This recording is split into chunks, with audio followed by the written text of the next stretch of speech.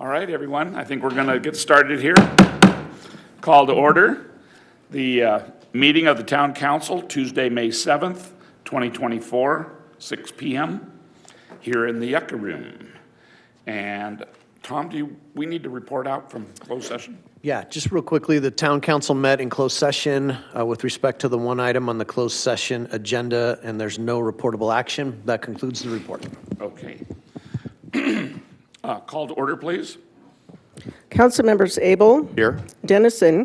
Droz. Here. Schooler. Yeah. And Mayor Lombardo. Here. We're going to have Jerry Noonan lead us in the pledge, and after leading the pledge, please stay standing. Merle Abel is going to lead us in invocation, our Councilman Abel. Okay, so please stand. Honorable Council, Team Yucca Valley, and citizenry, please join me in the Pledge of Allegiance. I pledge allegiance to the flag of the United States of America and to the republic for which it stands, one nation, under God, indivisible, with liberty and justice for all.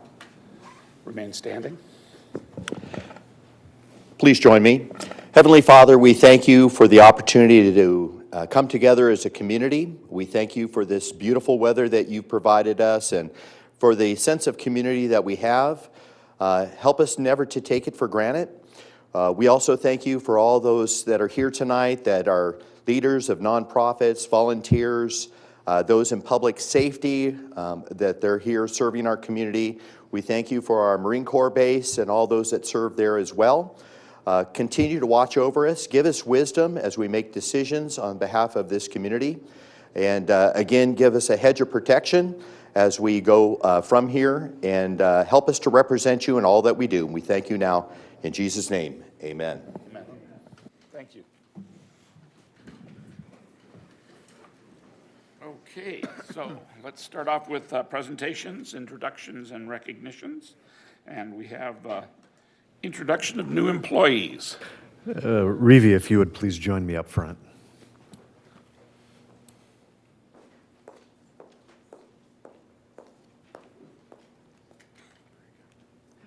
Mayor and Council, it's always a pleasure to stand before you and introduce new employees. This evening, I'd like to introduce Revi Insua. Revi Insua is the newest addition at the Yucca Valley Animal Shelter. I think almost all of us know someone that moved to the Morongo Basin out of the LA area during COVID. Revi is one of those individuals. Revi comes to us with about 7+ years of dog handling experience. She went through the recruitment process, and she is the newest kennel technician at the Yucca Valley Animal Shelter. It's with great pleasure to stand here before you this evening and introduce Revi to the community and to the council.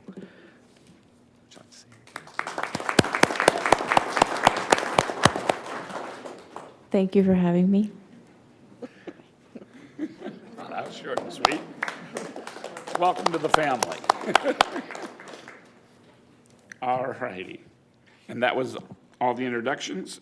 We have a recognition, proclamation of Public Works Week, May 19th through the 25th of 2024. And if Alex will join me at the podium, I'm going to read this to the crowd and hand you the proclamation.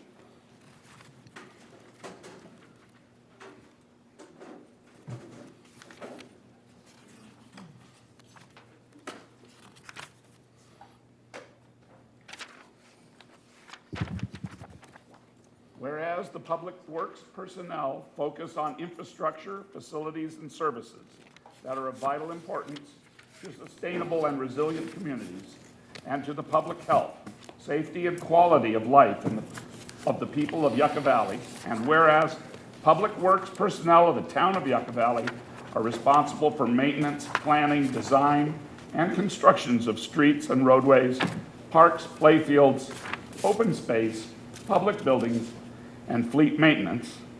And whereas during severe weather events and other emergencies, town of Yucca Valley Public Works personnel are quick to respond to ensure safe access and functionality to public facilities, roadways, and public spaces. And whereas the 2024 National Public Works Week theme is Advancing Quality of Life for All, highlighting how public works professionals contribute to and enhance the quality of life in the communities they proudly serve. Now, therefore, be it proclaimed as mayor of the town of Yucca Valley that the Yucca Valley Town Council observes May 19th through May 25th, 2024, as National Public Works Week in the town of Yucca Valley, and encourages all residents, businesses, and community organizations to recognize the substantial contribution of public works personnel makes to protect our health, safety, and quality of life. We are extremely proud of all that serve our public works. Thank you. Thank you so much.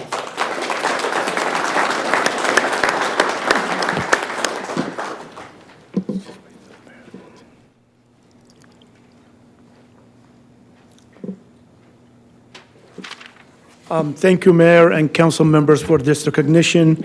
We look forward to helping with all the residents of Yucca Valley in this regard. We thank you for this recognition, and hopefully that is we will deliver the highest standard level of service for the town of Yucca Valley residents. Thank you very much again for the recognition.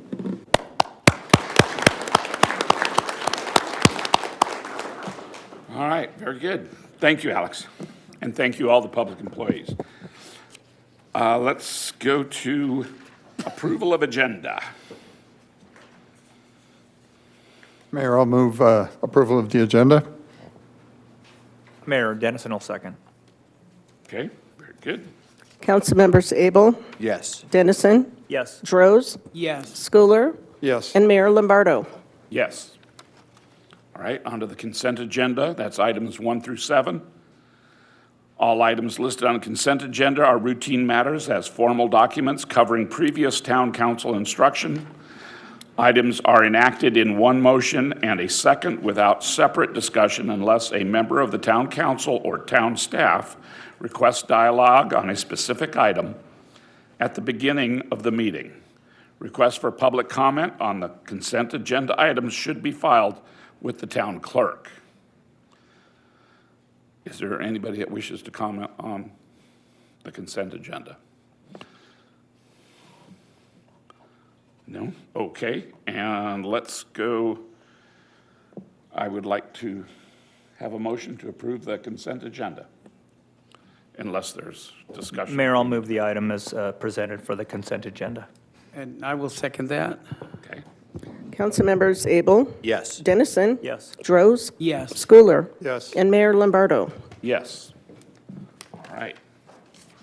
On to item number 8. And this is the TEFRA hearing for Aztec Mobile Home Estates and conduit financing. Can you explain that to us a little bit, Tom? I will. If it's okay with the council, I'll take kind of some opening remarks on this item, and then there are several members of this financing team that are on Zoom that will provide additional information. That'd be great. I'll just give some introductory remarks. So this item is presented to you for the purpose of conducting a public hearing, and it's in connection with proposed refinancing for the Aztec Mobile Home Estates Mobile Home Park. Although the town doesn't have any liability with respect to this proposed refinancing, the public hearing is a requirement of federal tax law. And it is to ensure that members of the public and members of the community are made aware of this refinancing and then have an opportunity to speak if they so desire.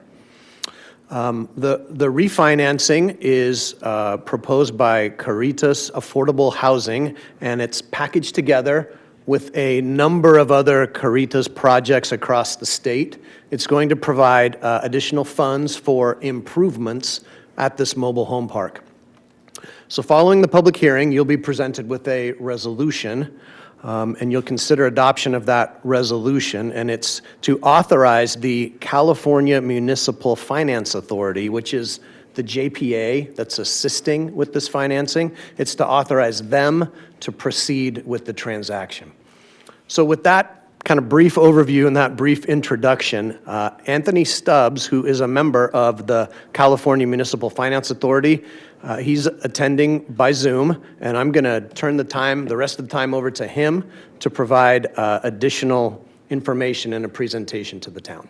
Okay, thank you. Thank you. Really, that summed it up really well.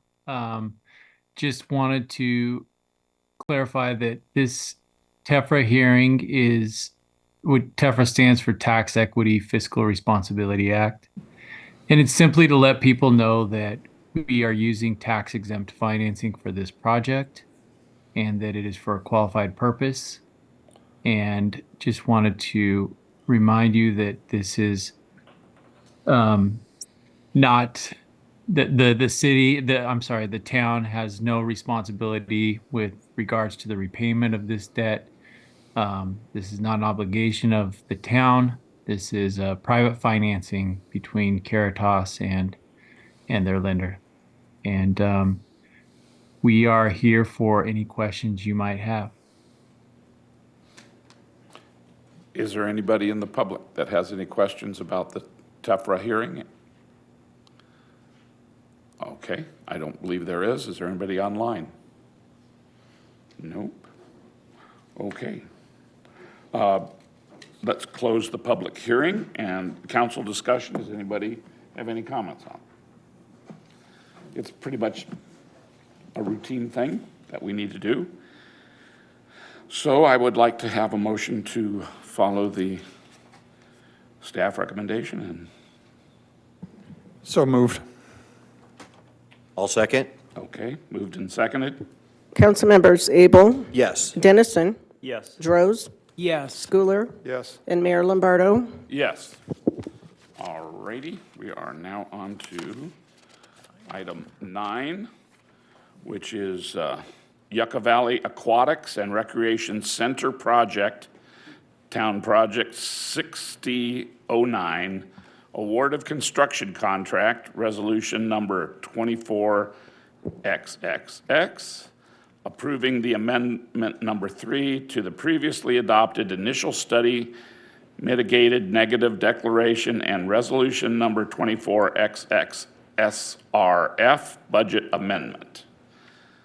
And go ahead. Who's leading this? Alex. Good evening, Mayor and Council. We are finally here. So the item before you tonight is the Yucca Valley Aquatic and Recreation Center project. That is award of a contract and award of bid.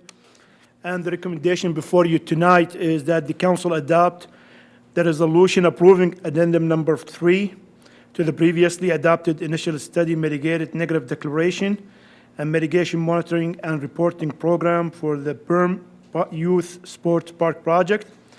Adopt the resolution approving a budget amendment to the fiscal year 23-24 special revenue fund budget appropriating an additional $13,554,598 to town funds. Also approve the award of construction contract with Robert Clapper RC Construction Services, Inc. in the amount of base bid of $38,597,000 to construct the project, and authorize a construction and a construction contingencies in the amount of $41 million to include $1,447,000 contingency and $956,000 for alternative bid number 2 to the project. Authorize the mayor, town manager, and town attorney to execute the agreement, and authorize the town manager or designee to expend contingency funds if necessary for project completion. On the second round of bidding for this project, we received 5 bids. As you can see, it ranges from $38,597,000 to $50,568,000. 5 companies were very qualified, and they bid on the project. So the award for the Robert Clapper Construction Services, Inc. of Redlands, California, is the lowest responsible, qualified, and responsive bidder, with a total bid amount of $38,597,000. If awarded by mayor and town council, construction work is anticipated to begin in July of 2024 and be completed by November of 2026. It is important to note that the base bid amount is exclusive of $1.5 million, which is owner-controlled allowances. Net for this allowance, the base bid would total $37,970,000 and would reflect a difference of $6,495,224 in cost reduction from the initial bid process. This is a preliminary schedule that we put together, a completely preliminary yet. It's not finalized. What it shows that is we need a couple of months to work with the construction schedule and you work with the construction documents and construction agreements. And of course, we'll take to the construction, which is end at November of 2026. We will be posting the minute we receive the actual construction contract from the contractor. We will post it in our website for the council and for the residents of Yucca Valley to see how the construction is gonna continue. This is a piece of information, marketing document that we did prior to, when we were doing the bidding, explaining what the project's all about. I figured that I put it in this slide just to show you how is the beautiful of the building is gonna be, the inside, the pool area, the gymnasium, and how is overlook overall at the site as it's gonna be standing. So the funding allocation, there is a Prop 68 bond grant funds of $20,350,000, state renewable energy loan disbursement of $2.5 million, San Bernardino County funds, ARPA funds, that is thanks for our Don Ra for her generosity, is a $5 million. 2022 capital projects financing fund of $16,150,000. Capital Project Reserve Fund of $3.5 million, and of course, Major Y contributed big to this project with $1.5 million, and Development Impact Fee Fund of $1 million. This is, Jordan will be having a staff report that is allocating this with resolution and everything like that. I just like to put it there just to let you know what the total funding. So the total funding allocation for this project stands at $50 million at this point of time. So what we looked at is the capital project construction is a $41 million. The capital project construction management team that we have hired already prior to this is $758,060. The capital project construction soft cost, that including the inspection fee, including the FF&E, which is the furniture that is going to be going in the building, and the IT and the technology that we're going to be installing there is about $2.5 million. And then the contingency of 1.5 for a total project of $45,758,60. So the recommendation before you tonight is the adopt the resolution approving addendum number 3 to the previously adopted initial study mitigated negative declaration and mitigation monitoring and reporting program for the Brim Youth Sport Park project. Adopt the resolution approving a budget amendment to the fiscal year 23-24 special revenue fund budget appropriating an additional $13,554,598 of town funds. Approve the award of construction contract with Robert Clabber Construction Services, Inc. in the amount of base bid $38,579,000 to construct the project. Authorize construction and construction contingency in the total amount of $41 million to include $1,447,000 contingency and $956,000 for alternative bid number 2. Authorize the mayor, town manager, and town attorney to execute the agreement, and authorize the town manager or designee to expend the contingency funds if necessary for project completion. Before we conclude the staff report, I would like, RC Construction is in the audience, and they would like to say a couple of things, so we welcome them to say a couple of words before we conclude the item. Very good. We're excited. Just hit the button. No, Oh, the- no. Here, There you go. sorry about that. Usually my voice is loud enough. Well, good evening. I'm John Wallum. I'm Vice President of General Contracting for RC Construction. I'll be the executive that's overseeing this entire project for the whole time. I was a big part of putting this together. We have Bob Clappers here as well, CEO, founder of RC Construction. First and foremost, I just wanted to thank the mayor, town council, town manager, Director of Public Works, your entire team. Thank you for this opportunity. Really appreciate this. And just tell you how excited we are for a flagship project like this for the town of Yucca Valley and for RC Construction. It's an amazing project. It's going to be gorgeous. It's going to be a major milestone for the town, and we're just really excited to get going on this. We've built in similar projects like this, and we've been out in the desert kind of area, and we're in the Inland Empire, and we've been in business 30 years doing this, and we're just super excited to be a part of this and let's break some ground. Let's get some dirt moving. So if anybody has any questions, we're here. But I just wanted to say thank you, appreciate the opportunity, and we're excited for this to pass and get going for you guys and for the whole town. So hopefully it'll be something that everybody can enjoy here shortly. We're excited also. It's been a long time in coming. All right. All right. Mayor, that concludes staff report. We will be happy to answer any questions following public comment. Thank you. Anybody in the public want to comment on this? I think, let's get a hand, all right. Is there anybody who wants to comment? This is going to be an iconic project. All right. So back to council. Anybody want to comment?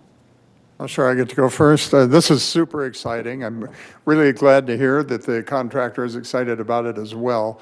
It has been a long time coming. This will be the most iconic, super cool public project in the basin here, not just Yucca Valley, but and we expect it to remain so for a really long time. So thank you for your enthusiasm. We look forward to working with you. This is one of those things that, well, it's a good thing I'm never in charge of estimating how much things are going to cost or how long they're going to take, because I'm woefully inadequate on that. But in perspective, I'm in my 6th year on this council, and 5.5 years at my very first council meeting, the council pulled the trigger on this project and said, okay, yeah, let's do it. And that was as a result of Assemblyman Mays securing $22 or so million for the project. At that time, that sounded like plenty to get this done. But, and it sounded like, okay, this big project like that, take a couple of years, we'll have it done, have people in the water. But so here we are, 5.5 years later.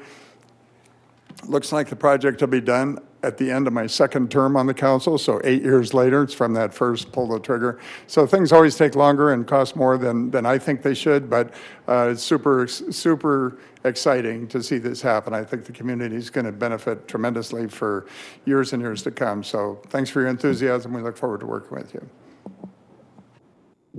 I believe you said, I met Robert coming in the door earlier, and he's the founder and CEO. I wanted to congratulate you on this opportunity that has come before you. I can't imagine owning a business and being able to produce such a huge project and be able to see the labors of your work and your crew and your staff. It must be very, very satisfying to be in that trade.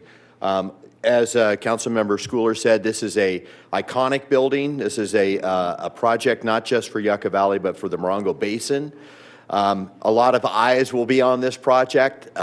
We're putting all of our faith and trust in those that are going to be working. I'll definitely be praying for supply chain issues and good weather and a safe work environment. We really, really are looking forward to this.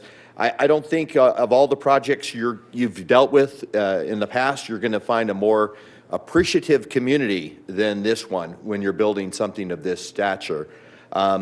You are in Redlands area and so forth. I know you have other projects in very large cities, and that's just a small blip maybe on the radar for those communities, but for us, this is monumental. It's huge, and all the people in this room have a vested financial interest in seeing this succeed, and we're looking forward to being able to provide services, year-round aquatic or gymnasium services and so forth, which have been just so desperately needed in this community to all the residents of the Morongo Basin. So I want to thank all the partners that joined us, from Assemblyman Mays, as well as our County Supervisor Don Rao, and of course our own staff and everyone else involved to make this happen. So we're indebted to those people, and we're looking forward to a very beautiful building, and I can't wait for the day that we get to cut the ribbon and open the doors and everyone gets to see it for the first time.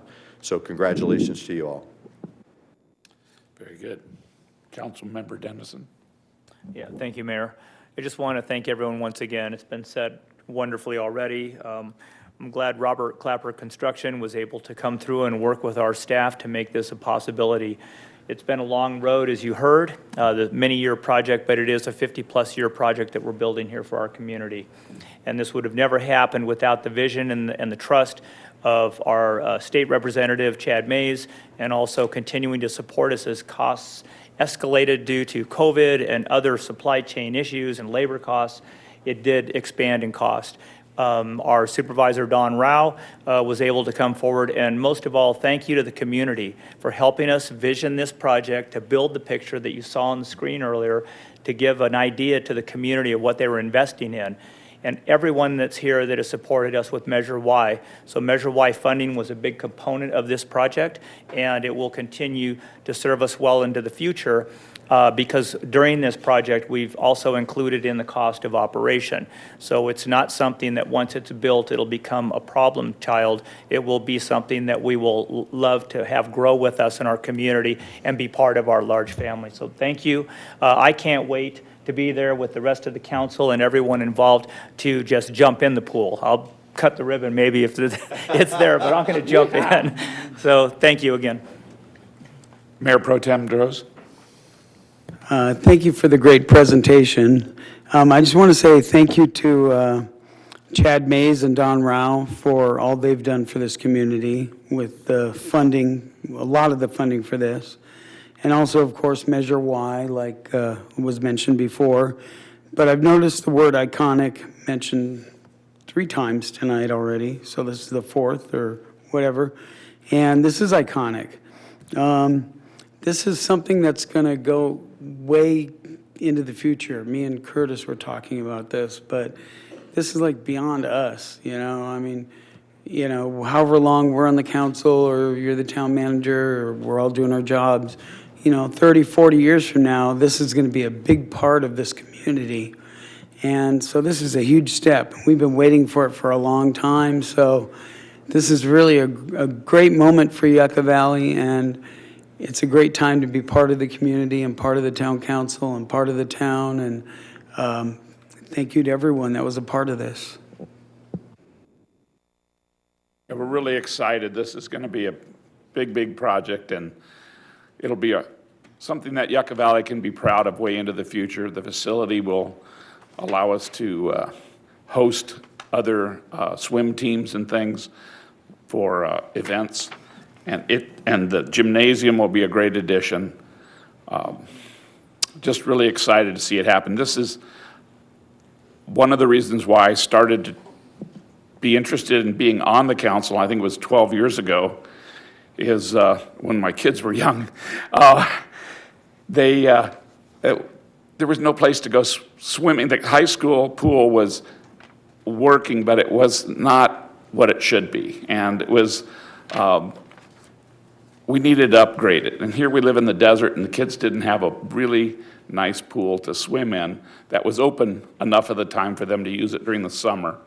And we did have a swim program, and they taught a lot of kids to swim, and I really feel that's important for children to know how to swim.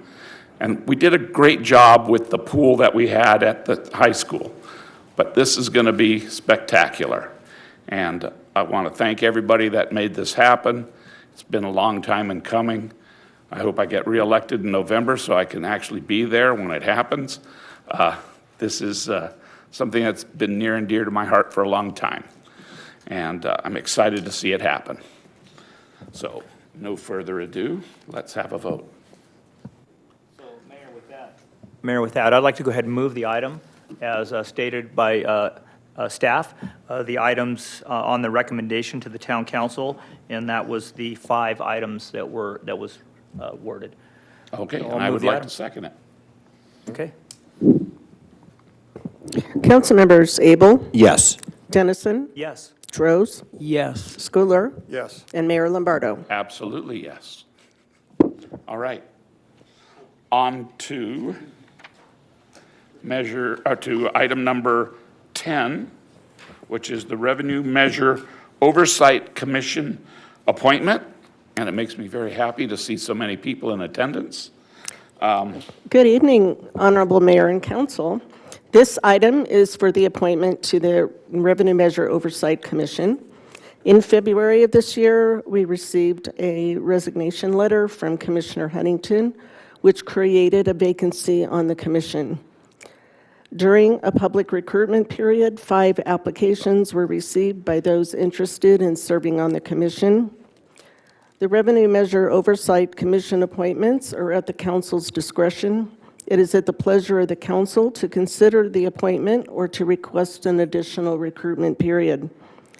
This particular appointment is to fill Huntington's vacancy through his term ending April 1st, 2025.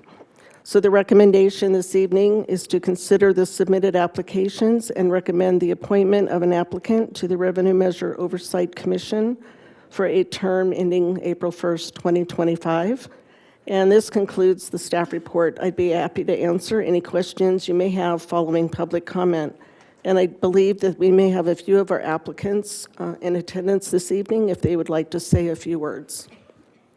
I think that'd be most appropriate. Is there anybody here that is on the commission or wants to be on the commission at present year?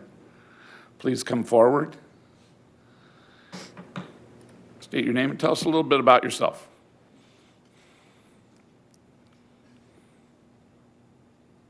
Good evening, Council, Major.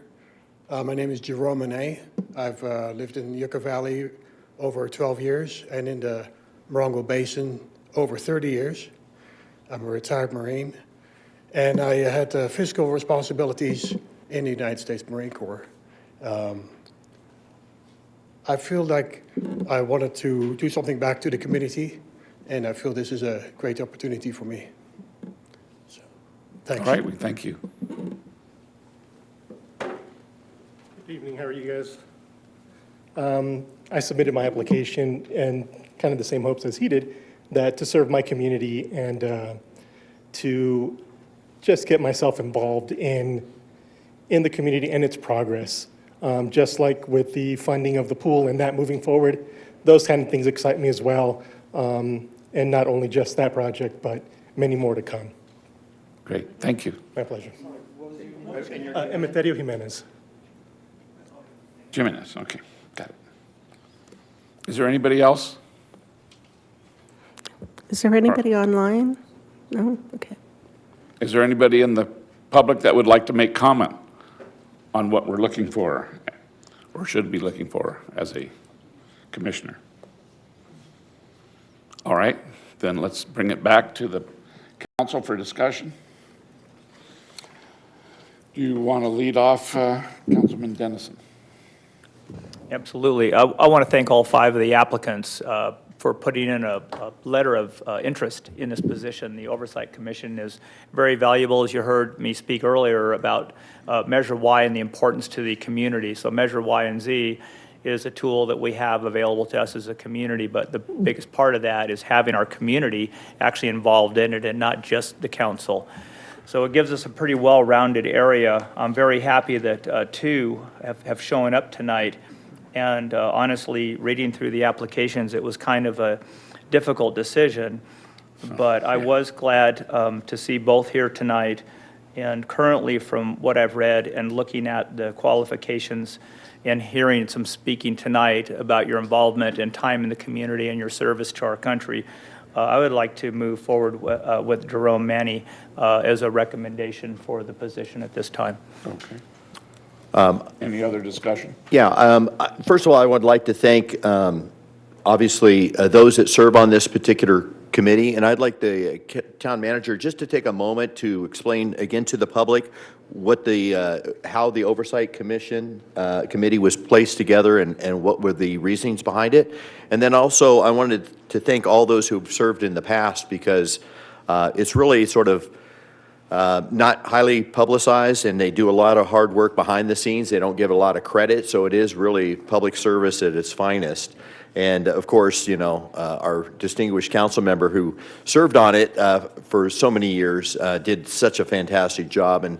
And George Huntington will never have his shoes filled, but we do appreciate, as I agree with our other council member, the quality of applicants was fantastic.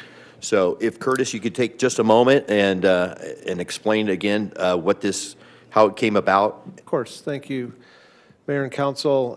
You'll recollect in 2016 when the voters of Yucca Valley approved Measure Y and Measure Z, one of the feedback items that we heard and that resonated well was that both of the measures ensured that the money stayed locally and was subject to oversight and audits on a regular basis. So through the implementing ordinances, a Revenue Measure Oversight Commission was established for that purpose to provide oversight of the funds, to review the audit on an annual basis, to approve the budget on an annual basis, and that recommendation is ultimately what's forwarded to the Town Council. So as an example, the Revenue Measure Oversight Commission met last night and went over the upcoming two-year budget cycle, and part of their responsibility is to ask questions of staff, identify any questions from the public or their constituents that they may have heard from as well. So a very integral part of both Measure Y and Z, and a very important one. And lastly, I would leave it that there is the composition of the commission is 7 members, and so right now we have 6. This is to fill it. There are often times as people come and go, and their availability is such that there may be additional vacancies. So for those that applied today that may not be selected, they would obviously have a chance at a future time to serve as well. So that's the basics of the commission. We're very thankful for what they do. And we really appreciate the commission. They're sort of the watchdog of these funds that are brought in through the Measure Y and Z, and we appreciate their efforts in that. And we do take their recommendations. I don't believe we've not taken their recommendations as they've brought them forward to us. I would also join our council member in seconding the motion for Jerome Monet. Seems very qualified, knows budgeting and so forth, very long time resident, and I'm sure he'll serve us very well, so I'll second that nomination. Anybody else want to comment before? Okay. The applicants were extremely qualified, and I'm thankful that people take the time and the effort to apply for these positions, and please don't be disheartened if you're not selected. But we have so many qualified people in our community now. It's great. It really helps this organization function at the level that it does. So without further ado. Okay, so we have a first and second. So roll call, council members Abel, Yes. Dennison, Yes. Troz, Yes. Schooler, Yes. and Mayor Lombardo. Yes. Congratulations. Congratulations.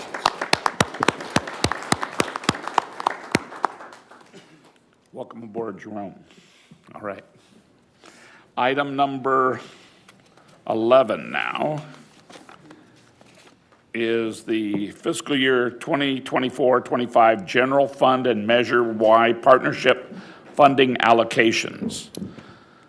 So let's see, we appreciate everyone coming out, and if there are any questions, we will ask you to come to the podium for those that are being approved for funding, so. Thank you, Mayor and Council. I can go ahead and get started on the presentation for the partnership funding recommendations for fiscal year 24-25. Alrighty. So the Revenue Measure Oversight Commission, who we just spoke about, they reviewed and approved a recommendation last night to include the annual partnership program in the proposed fiscal year 24-25 Measure-Y budget. The applications were received last month, so we've had a few weeks to review them. We received 22 unique applications. Total funding requested was above $550,000, so record year for the application process. Each application that was qualified for the program was individually scored based on the town council's approved general policy guidelines for the use of the partnership funding. Those guidelines were also developed in tandem with the Revenue Measure Oversight Commission's overall spending plan for the quality of life portion of Measure Y. So there was scoring criteria that was applied to each application, and that was then contributed to the total score that you see on the scorecard in the agenda. So the scoring criteria is provided here. You'll see, first and foremost, local services predominantly within the town of Yucca Valley for public purposes. Per capita means how many individuals does each program reach? Were the services unique or duplicated by other providers? The impact of funding on the program, the stability and history of the organization with the town, and whether or not they've been a prior funding recipient. So this displayed here is the scorecard of recommended funding. The full scorecard and of all the applications are within the agenda. So this is just the top of the list there. It's all I could fit on the screen. So this is the recommended funding for up to $100,000. So these are the highest scores. The funding awarded was aligned with any prior year funding request. So if they were a prior recipient, the amount recommended is what was previously awarded in prior years, because some requests were for higher funding. So the total is within budget and ensured that we stayed within the spending recommendation that the Revenue Measure Oversight Commission approved. So there are quite a few remaining applications, and within the agenda, the staff report, you'll see that there's a couple different recommendations that we wanted to be sure we covered. So specifically for the Measure Y Partnership Program, again, the total approved budget is $100,000. This is the full allocation of that total amount included in the recommendation. If there's additional funding available further on in the budget cycle, so town staff reviews the budget with the council quarterly and then mid-year. If additional funding is available, we would review that later in the year for the Measure Y Partnership Program. There are other program updates within the staff report. There were several homelessness programs that applied for Measure Y partnerships. We recommended that those providers' applications be held separately from this program to be held for future review for a different program that's funded. You'll see in the Measure Y budget for fiscal year 24-25, there's a homelessness budget line item specifically for that program to be reviewed at a future date. There were 2 art program providers that were in those applications. It's recommended that those applications also be held aside for future review. The town has a public art program reserve fund. Those programs could potentially be funded out of that different funding allocation. And then there was 1 special district application. It's requested that we have future council policy direction on how special districts would be funded for partnership funding outside of the Measure Y program. So it's recommended the Measure Y program be specifically for local nonprofit organizations. Okay. So the recommendation for council this evening is in 3 parts. So first, to approve the allocation of the town's fiscal year 24-25 Measure Y partnership budget of $100,000 in accordance with the individual scoring results as presented.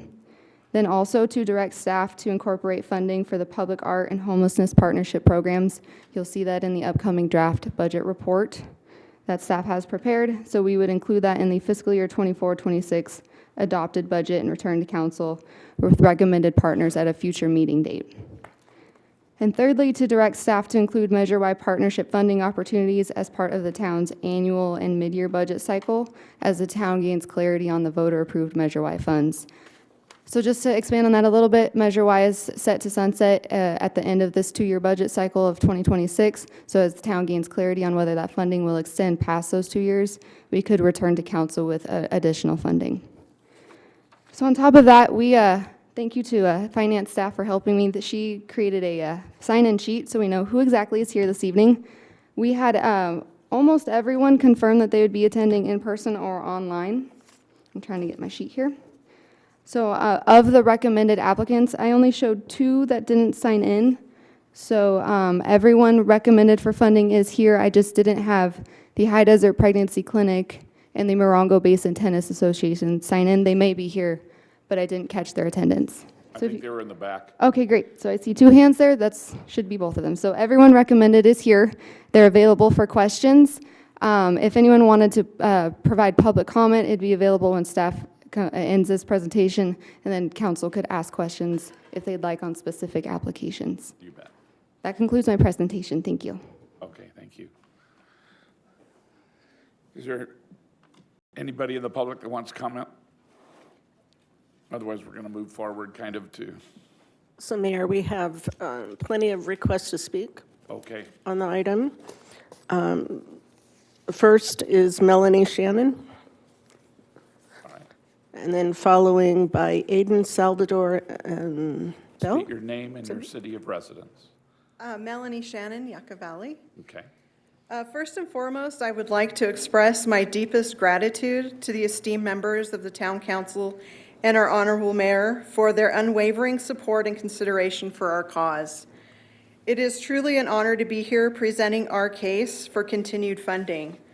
I am also really honored to be among such amazing community members doing such wonderful work here in Yucca Valley. As I said, my name is Melanie, and I am one of the co-founders and director of Spark Growth, a literacy and art nonprofit. Through our nonprofit, Spark Growth, and with the dedication of our exceptional volunteers, we have been able to make a significant difference in the lives of children and families in our community. Our love for reading to children and engaging them in art projects that align with the book's theme has not only fostered their creativity, but has also served as a means to connect with our community. This rewarding experience underscores the importance of our work. Previously, we were able to provide books and art supplies to 205 children in the community through the 2021-2022 Measure Y funding. I would like to extend an invitation to the council members to stop by Bryant Park June 7th at 10 a.m. for our next giveaway. And there is still work to be done in supporting the families in their literacy and creative journeys. With the current economic challenges, families are grappling with tough decisions to meet their basic needs. Unfortunately, this often means that books and creative materials, which are essential for a child's development, become a luxury they cannot afford. This underscores the urgency and necessity of our work. Spark Growth is committed to addressing the needs of our community's families. While we have made significant strides in providing books and materials in the past, we recognize these children are still growing and developing. We are determined to continue to support their creative journeys by providing materials and books free of charge with the help of Measure Y. This kind of support is not just about providing resources, but about building community connections, which is at the heart of Spark Growth's mission. At this time, I would like to yield to the council for any questions or comments. Thank you again for the opportunity. Thank you for your work. Thank you. Yeah. It really adds to the community's benefit. Thank you. Art is important. I remember when you first came here and presented to the council and received the Measure Y funding, and I'm so glad that you're back again and that you were able to move the needle and provide the services to our youth and others. You mentioned one thing earlier about something at Brem Park, but I didn't catch the date and time. June 7th at 10 a.m. will be our another giveaway for the community. Okay. So if you're more than welcome to come down and see what we do and what we distribute to the children and families of the community. Absolutely. That'd be wonderful. All right. Thank you. Thank you very much. Thank you.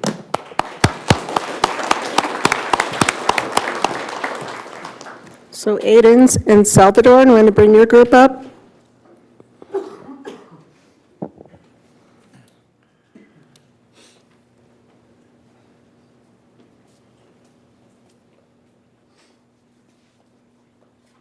One moment, sorry.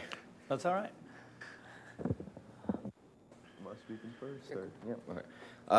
Good evening, council. My name is Aiden Bell. I'm a current resident at moldinghearts.org, which is I'm pretty sure it's sorry, restart. It's a transitional housing for youth from the ages of 18 to 20, or 17 to 25, or 18 to 25. I'm just coming up here to say that it's helped me so much. I've been inside the program for about 9 to 10 months now. I went in at my absolute lowest. I needed help, and there was no place that I could go. And them opening their doors to me and opening their hearts to me really helped me develop, as a young individual growing up. I'm only 20 years old. I've finally gotten my driver's license with assistance with this program. I've successfully bought 2 cars while I've been in the program, and I'm just trying to get better, and all that they're doing is trying to propel me forward. All right. Thank you. Thank you. How you doing? I didn't sign in. I got a little late, but my name is Demaria Jones. I'm 27. I've been with Molding Hearts since 18. I don't live there currently, but I still go back and help every now and then. I want to say Lakita and Molding Hearts itself has helped me through a lot. Housing, if we want to go outside of housing, they've helped me with being stranded before, jobs, clothes. They've helped me with a lot of stuff that just goes well past of what her program says in general. Thank you for coming. No problem. Hello, my name is Salvador Zambrano. This is my second time in Molding Hearts. Obviously, we all know life has, road bumps and everything. And Molding Hearts has really made sure to plant me on my feet. And has helped me move forward in life as a person in general. It's a really great program, and I hope it helps more people in the future. Thank you. Good evening, Council. My name is Jacob Henry. I've been in Molding Hearts program since I was 19 years old. I am now 23 years old. I have, in the last probably 8 months, I have gotten 2 jobs. I have gotten back on my feet. I now live in my own RV. I have a steady job. I have a child on the way, and I have been helped through the program on multiple occasions. And every time it seems to get a little bit better, and every time they seem to help me a little bit more through my struggles that I have on a daily basis. All right. Thank you. Can I ask you a real quick question? How did you folks, young people, find out about the program? The way I found out is I was struggling with homelessness when I was living with my father, and I went in to get some services for mental health issues, and they were able to offer that to me. So the county let you know about it? It was actually through the courts, yes. Okay. Thank you. All right, wonderful. Thank you for sharing. Next, we have Simone, followed by Lakita Johnson.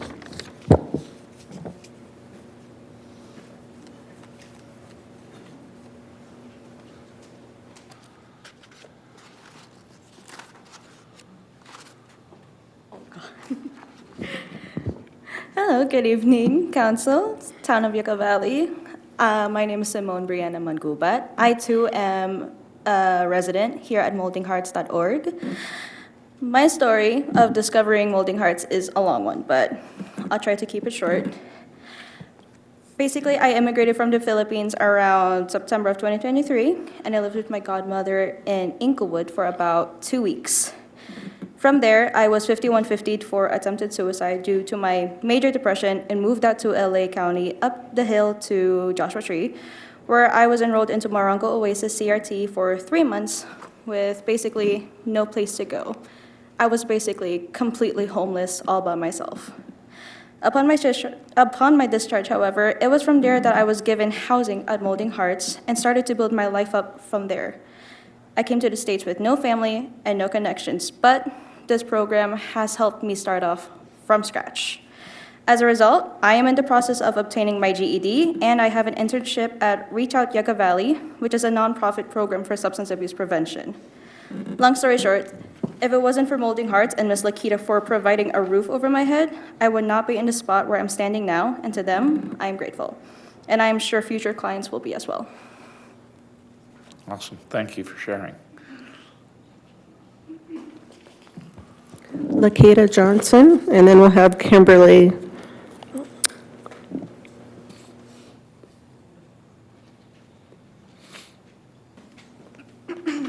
Hello and good evening. Good evening to the mayor and to the town council. My name is Lakita Johnson, and I am the proud CEO of moldinghearts.org. We are a nonprofit organization, a 501c3, that is focusing on reintegrating individuals that are coming from life deficiencies. I would say I'm here to introduce Molding Hearts, but I have been here for over 10 years. I am proud to say that we are the only agency that is contracted with the Department of Behavioral Health for the transitional age youth that are 18 to 24. Secondly, we are also the only contracted agency for the probation department. We do not house sex offenders, nor do we house arsonists. We are the housing provider for the mental health court as well as the drug court. I also partner with Children and Family Services for the AB-12 population as well. Lastly, we are working to have young ladies who are on county assistance become self-sufficient by partnering with First Institute Training and Management. We have been successful here in Yucca Valley. We have housed over 500 individuals proudly in these last 10 years. We have been able to help individuals that are currently on government assistance to be able to self-sustain and get off of county assistance with the support of First Institute Training and Management. I thank you for allowing us to reintroduce our organization to you today. It's almost made me cry when I sit and I hear the individuals that have been part of Molding Hearts, to see the growth, because I know when you're young, some of the decisions that you make are not the right decisions. But if we can give them a hand up instead of a handout, I believe that we can be successful. As Yucca Valley grows, so will some of our problems. And we hope that Molding Hearts can be one of the agencies that you guys can lean on to help, to be able to look at the homeless population and say, we're here to help you. We do not want to steer you to another city. We want to help get you off of your feet. I thank you for listening to us today, and we thank you for the services that you do for the community. Thank you.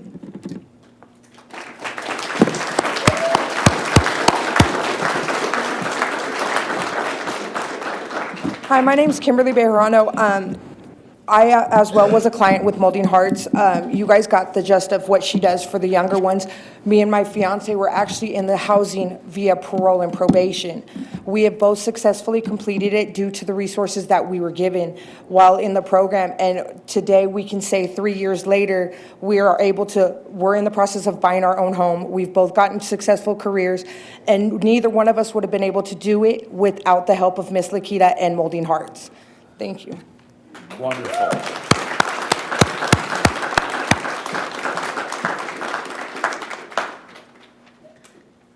Next, we have Tish Presbaki, and then Melanie Haywood. Good evening. I'm Tish Presbaki. I'm the director of the food ministry at the Church of the Nazarene. I feel it's my calling. I'm sorry I get emotional about this. I enjoy feeding the community. We give out a variety of food, produce, dairy, meats, everything you can think of to go into a box of food, plus a bag. I have a wonderful staff that helps. Without them, this would not be possible. I ask that you look at our program again and invite you to come to the second Thursday of the month at 7 o'clock when my staff and I are there preparing all the boxes of food for the clients that come through. It's a drive-through. I try to communicate with each person to find out their needs. We give out toilet paper, personal hygiene items, whatever Fine Food Bank has that we can purchase. So I ask all of you to consider joining us Thursday and seeing what we're all about. What's the timing? We start at 7 o'clock in the morning, and we don't get done until approximately 1 o'clock. We're feeding roughly 140 families each month, and that comes out to roughly a year, 3,360 people in those households. And they tell me time after time how blessed they are to get this food, and that they can buy their medicines or dog food or whatever that they need. Thank you. I have a question. Yes. What is the source of your food? Who provides the food that you give out? The church purchased the food through Fine Food Bank. Wow. Awesome. Thank you very much. Thank you.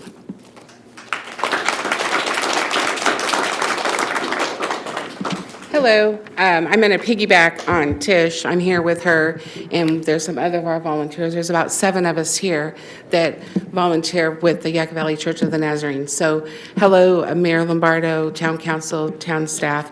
Thank you for allowing me to speak. My name is Melody Haywood, and I'm a homeowner resident of Landers. But I'm here on behalf of the Yucca Valley Church of the Nazarene and our application for the Measure Y allocations. Our applications is not on the current list to receive funding, and I would ask for reconsideration if possible. This was our first time filling out a grant application, and after looking over all those applications that were received, I spent a good time going through the 400 and something pages the other night. I can see that we left out important information. We asked for $5,000 for our food ministry program. Our church has been a part of the community since 1971. We have been providing food to bless our community for over 13 years. The number of recipients has grown. Before 2020, before the pandemic, it was about 60 to 80 people every time. Now it's 140, as Tish said. It's 140 boxes. But it's not just a box of food, it's a box and a brown grocery bag and they're throwing all kinds of things in their cars when they pull up. It's hard to count the number of people served each month because we don't ask for the number in the family. If we set an average of 2 people per box, that would be 280 people per month, which would be 3,360 people per year that we are reaching with our food program. Some of the recipients are seniors, some are disabled, and there are families with children. So with this inflation as high as it's been, the food we give away is very beneficial and appreciated by the recipients.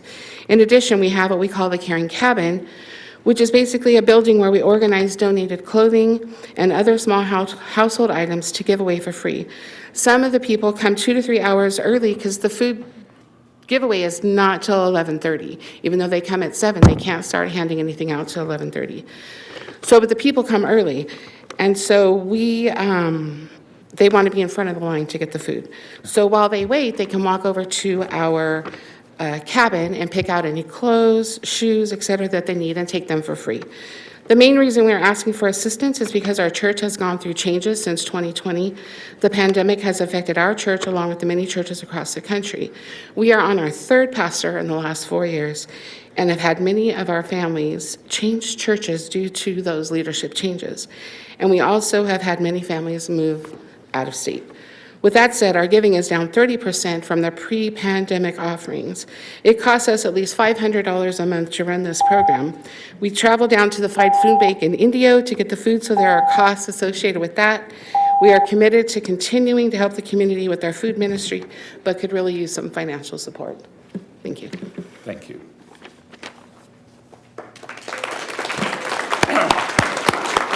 Curtis, we reevaluate distributions again at mid-cycle, right?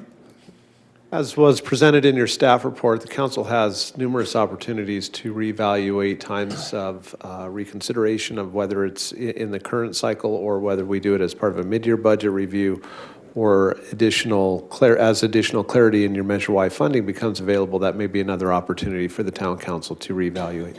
Okay, thank you. Don't give up heart. You're doing great work. So Mayor, that is all the speaker cards that I have. We may want to check if there's anyone online. Is there anyone online? No? No? Okay. Okay, that's pretty Is there anyone else? Oh, with your hand up, come on, please come forward. Oh, there we go. State your name and city of residence. I'm Nancy Eubanks from Yucca Valley. I run Ingleside Lodge, a nonprofit. And I'm just here tonight to thank you, Mr. Mayor, the town council, all the employees who work so hard to make the Measure Y partnership program a success every year. Although Ingleside Lodge wasn't approved for funding this year, I thought it was a good opportunity to personally come and thank each and every one of you. Because I've thought back, I don't remember if it was 2021 when we were funded for our refrigerators and freezers. I just thought, gosh, how do I reach all of them and tell them thank you? Because it really is an excellent program. And I just hope it continues and you can reach more nonprofits because we all need it, you know. But this past year, we were able to get funding for our carpet, and it just puts such an excitement to they just get so excited, the residents, you know, to have something new and, I don't know, spruce up the house. And I don't know, it's just wanted to say thank you, that's all. Thank you very much. We appreciate it. Thank you.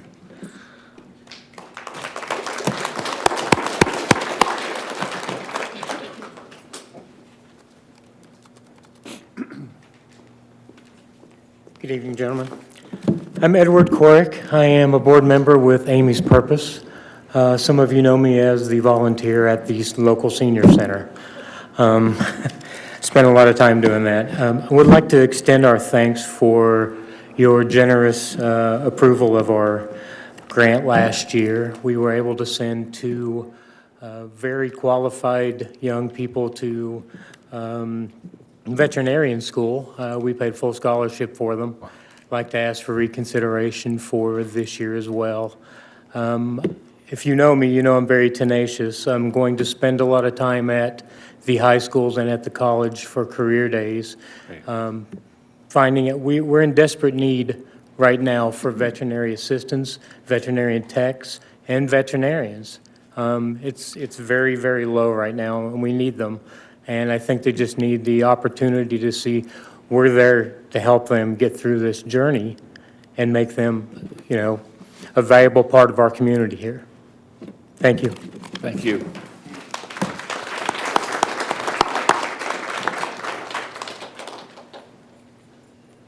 Oh, we got some more. Come forward, state your name and city of residence.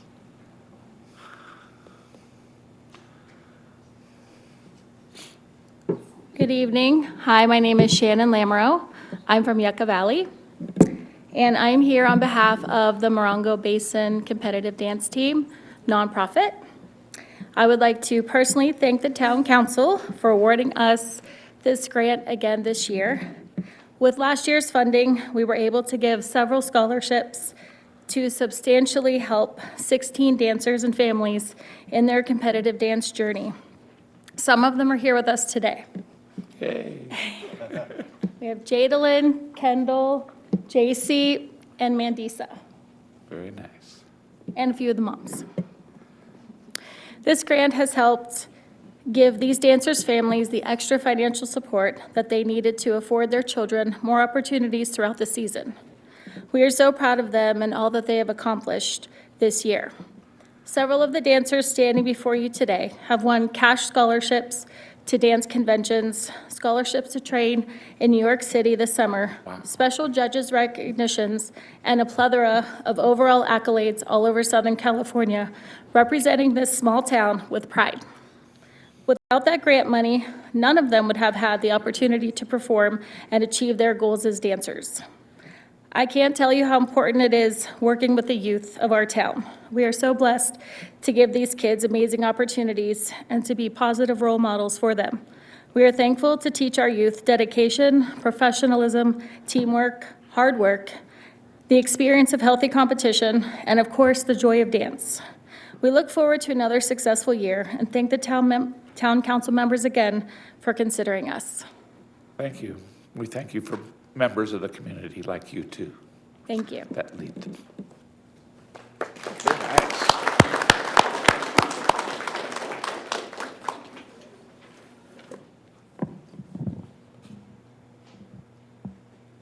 Hi, I am Michaela Rotes. I'm the CEO of the Boys and Girls Club of the High Desert, and I want to first off thank you for another year of recommendation for our club.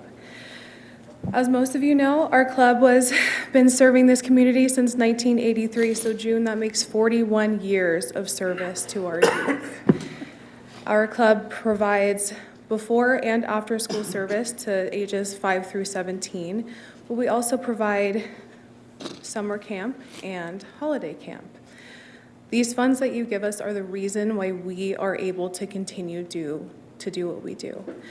Some of the funds will be going to our youth development professionals that are led by their fearless leader and my branch director, Patience, who ensures that every child that gets off a bus is met with a YDP to make sure that they had a good day and a smiling face to greet them.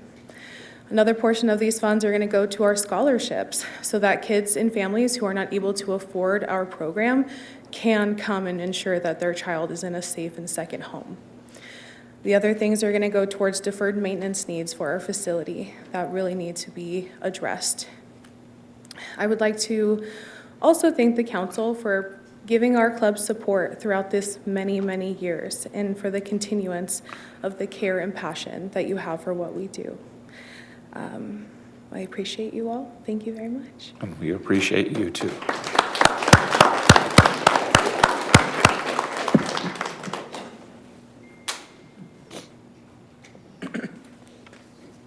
Good evening, Mr. Mayor, Town Council, our town staff. Robin Schlosser with Reach Out Morongo Basin. I would like to first thank you all for consideration and for the award of funding again this year. Reach Out has been providing services for the town residents since 2007, 17 years now. In 2023, we saw a significant increase in the number of seniors served. We've served 823 individual seniors, which was a 16% increase over our numbers in 2022. Our most requested programs here, of course, are our transportation, where we take seniors to doctor's appointments, grocery shopping, the senior center errands and such. We logged 1,627 trips locally last year. That was a 42% increase over the number of trips from 2022. Seniors are really ready to get out and about now. They're tired of being locked up from COVID times. So we're really grateful for that. But those don't include the trips where we take them down the hill to doctor's appointments. That's probably another 2,000 trips or so each year. Our Dignity at Home Fall Prevention Program, we provided fall prevention services, grab bars, wheelchair ramps, training and education to 57 senior homeowners here in the town of Yucca Valley last year. And our other big program is our Family Caregiver Support Services, where we do peer counseling. We provide assistive devices like wheelchairs, bed lifts, walkers, anything that a caregiver can need to help provide care for a loved one in their homes. We're really grateful to be able to be here, and with the town's support, we look forward to being here for many more years and providing the needed services as our senior population continues to grow. Thank you. Thank you.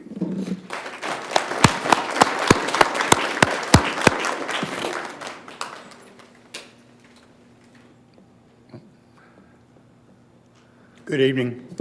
My name is Andy Brown. I'm the treasurer of the Senior Citizens Club, and I want to thank you so much again for the grant to help replace our equipment. It was stolen last June, and we did accomplish all that we asked for last year, and we're going to put up some bigger monitors so us old people can see better. And I want to, once again, thank you so much. We're growing like crazy. We average 65 to 75 people a week playing bingo.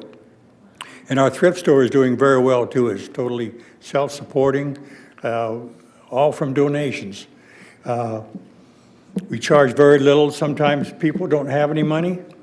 We're a service. We'll give it away. So anyway, once again, I thank you so much for all your support. All right, thank you.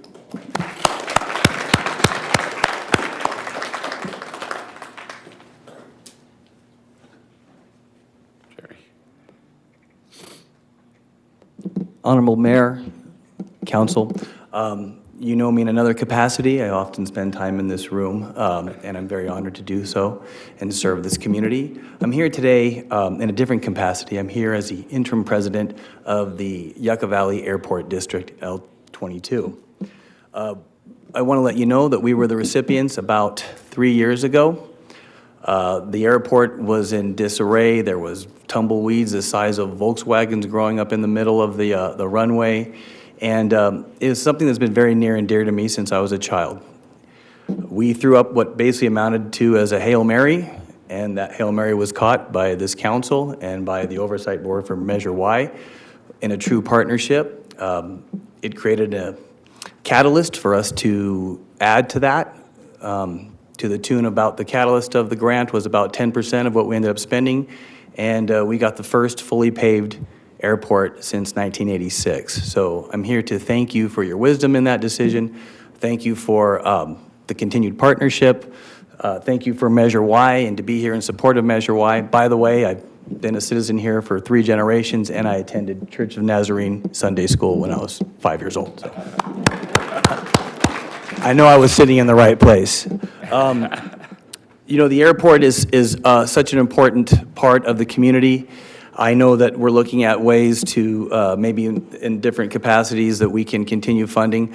We did great work there, and we got this place repaved. And, you know, speaking about throwing up Hail Marys and catching passes and touchdowns, I want to let you know that through that grant, many touchdowns were made. Every single day, on any given day, you could see a touchdown from a medevac aircraft delivering life-saving medical supplies, organs to the airport. On any given day, you can see a military aircraft that was in distress and had to land, an emergency landing on our newly repaved airport.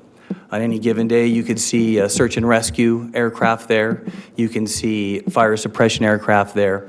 So the amount of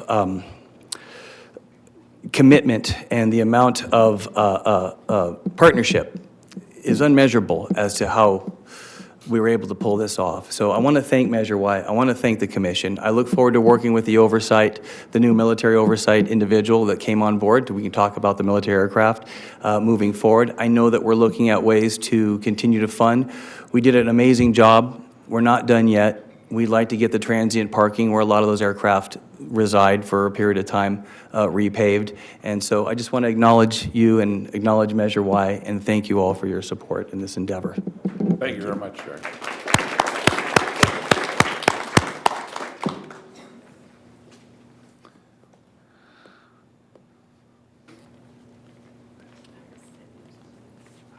Good evening, Mr. Mayor and Town Council. My name is Brandy Hale. I am the Executive Director with High Desert Pregnancy Clinic. I want to thank you for accepting our application again this year for the grant. I would like to share with you, for 2023, we had 819 Earn While You Learn classes with 72 pregnancy tests performed and 41 ultrasounds, as well as we had 2 dads graduate through our Fatherhood Mentor program. With our move last year, it was greatly appreciated with the grant that we received last year. This year, we want to continue to grow our Earn While You Learn program and our ultrasound program. I'd like to take a moment and read 2 testimonies that were given to me in appreciation for this. When I first discovered I was pregnant, I had a lot of fears and unanswered questions about what it was going to be like. What's normal? What's not normal? When should I call a doctor? What does this 9-month journey entail? I was so riddled with fear that I could hardly focus on anything else. The High Desert Pregnancy Clinic has been an answer to this process. I know that there is someone always there encouraging me and praying for me and my baby as we go through this journey. I am so grateful to have the pregnancy clinic as a resource and believe that they are a guiding light to many women and couples facing the fear in these uncertain times. The second one is a very special young man who has gone through our program a few times.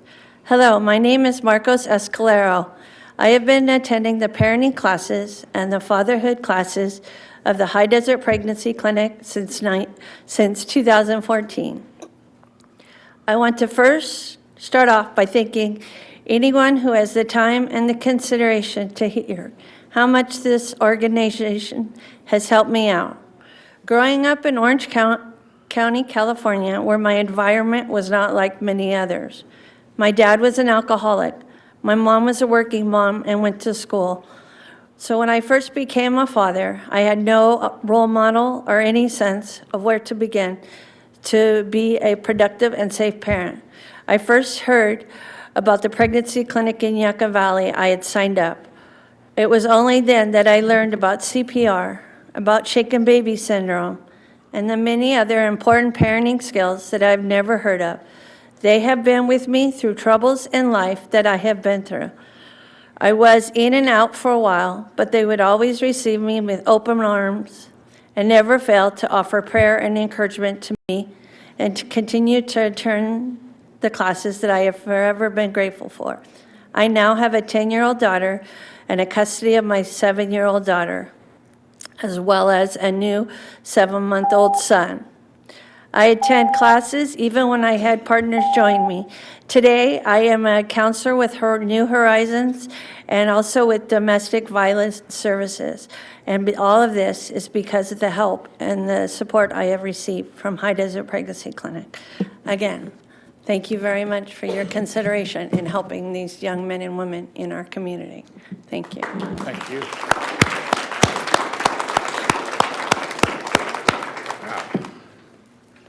Emotional.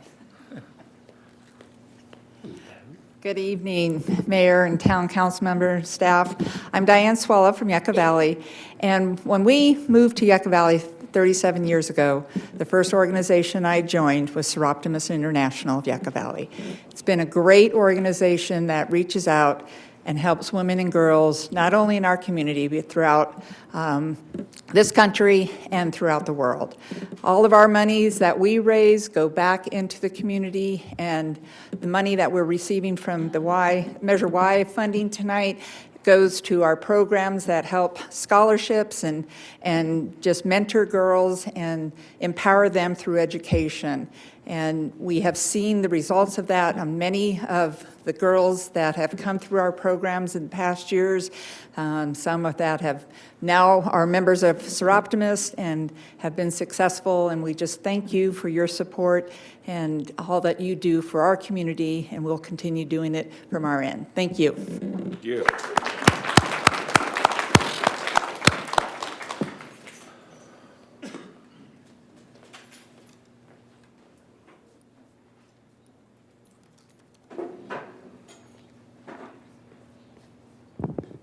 Good evening, Mayor, City Council, town staff. I'm Ron Fortner with the Morongo Basin Tennis Association. We want to thank you very much for funding our program. We've had classes continuously for 4 years. We're heading for year 5 here. Our program fluctuates, but we have reached a point where we have between 40 and 50 students. A lot of them are new students. We have students who have joined the program in the last 6 months to a year. That number 25, which is now half of our program. And the parents are selling this program. In March, we had more than one family a week joining our program. So it's been very interesting. We've gone through a coaching change. We have a new coach, which I think has really helped with the families enjoying the program. We have the kids on the court 6 hours a week. Most of the older students are there most of the hours. And we have now, one of our students is on the high school boys tennis team. We have one of the girls from the Yucca Valley High School girls team who has joined our program in the off-season to improve her skills. And we had one of the girls from 29 Palms tennis team in our program also. So we thank you very much for our funding. We're having fun, the kids are having fun, and we appreciate your confidence in us. Thank you. Mayor, as a, Just going to say one more thing. Okay.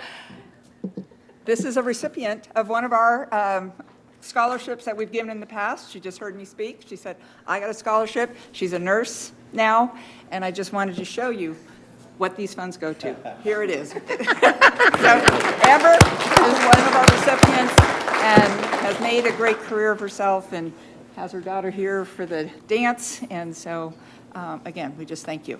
Thank you. Thank you so much. It brings great joy to us as council and us as a community and a town to have this much activity going on and such a big heart to give back.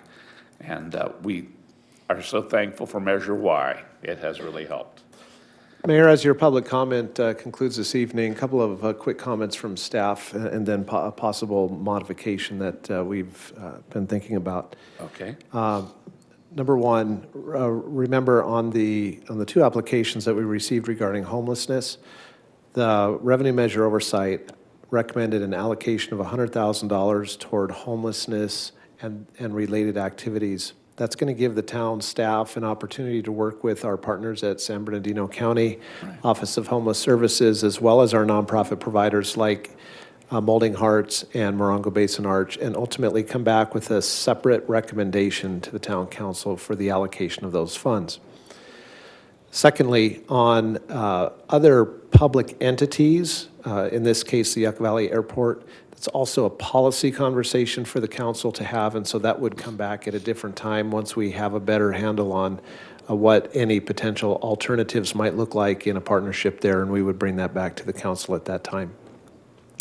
And thirdly, your public art requests that were part of Measure Y can be considered as part of our public art program, and that would be in the finalization of your two-year budget in June of this year, late May or June of this year.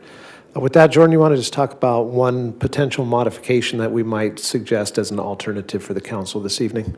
Sure. One of the conversations we had previously when scoring the applications was for the Yucca Valley Senior Citizens Club. They're purchasing one piece of equipment.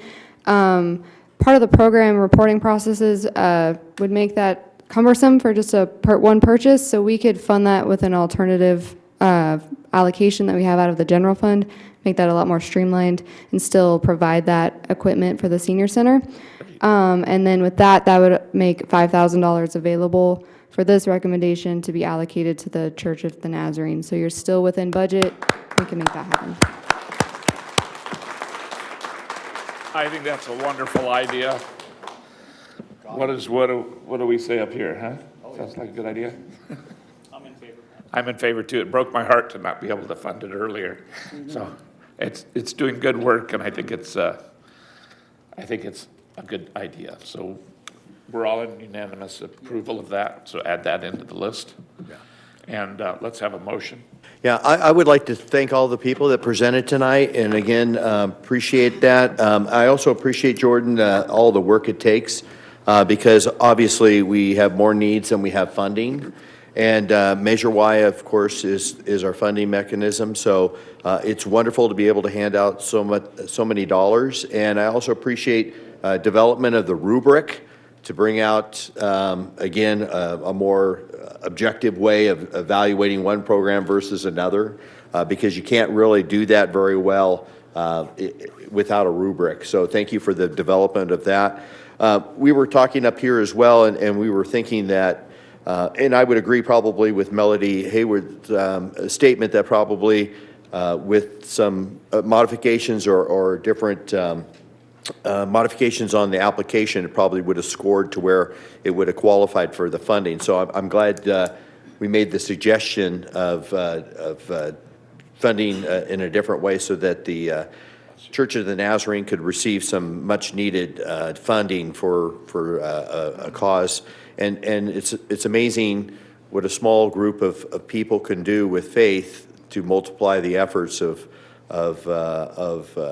their church and their congregation to be able to reach out to so many more people than a lot of other places that are much more wealthy. So we appreciate your heart in giving in that ministry and to the food distribution program, and also giveaway of clothing and so forth. Again, I appreciate that, and I would go ahead with a motion to approve this year's funding as presented, including the $5,000 to the Church of the Nazarene for their food giveaway. I'll second that. Mayor, before the town clerk calls the roll call, I do want to just give a shout out to both our town staff. Jordan and her team did a tremendous job in putting the program together. And then to the applicants as well. Councilmember Abel, I think in last year's review, suggested that we hold a workshop specifically for Measure Y applications. There are some nuances that the applicants need to understand. We did that. Most of the applicants participated in that, and I think that helped them write their applications a little bit easier. And so we appreciate their taking the time to do that and have it right. They were very impressive applications. It was really nice to see. All right, so we've... You ready? motion. Council members Abel, Yes. Dennison, Yes. Droz, Yes. Schooler, Yes. and Mayor Lombardo. Yes.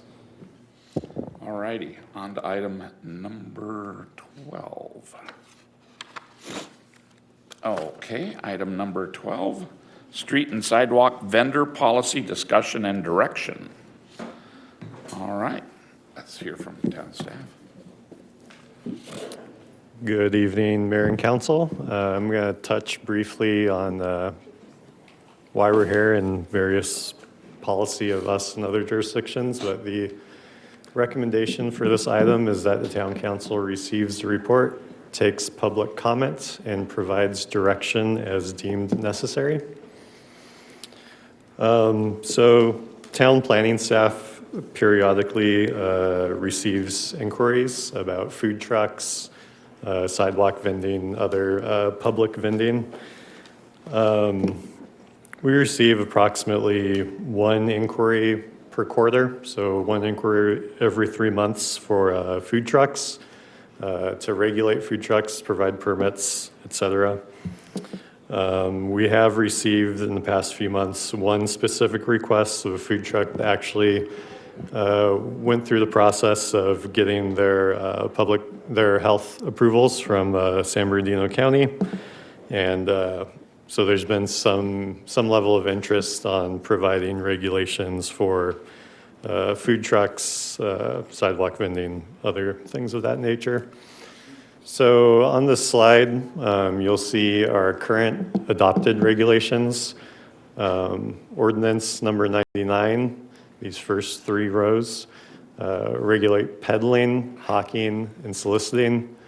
Peddling, traveling from place to place, transporting goods and merchandise for sale, so door-to-door merchandise sales.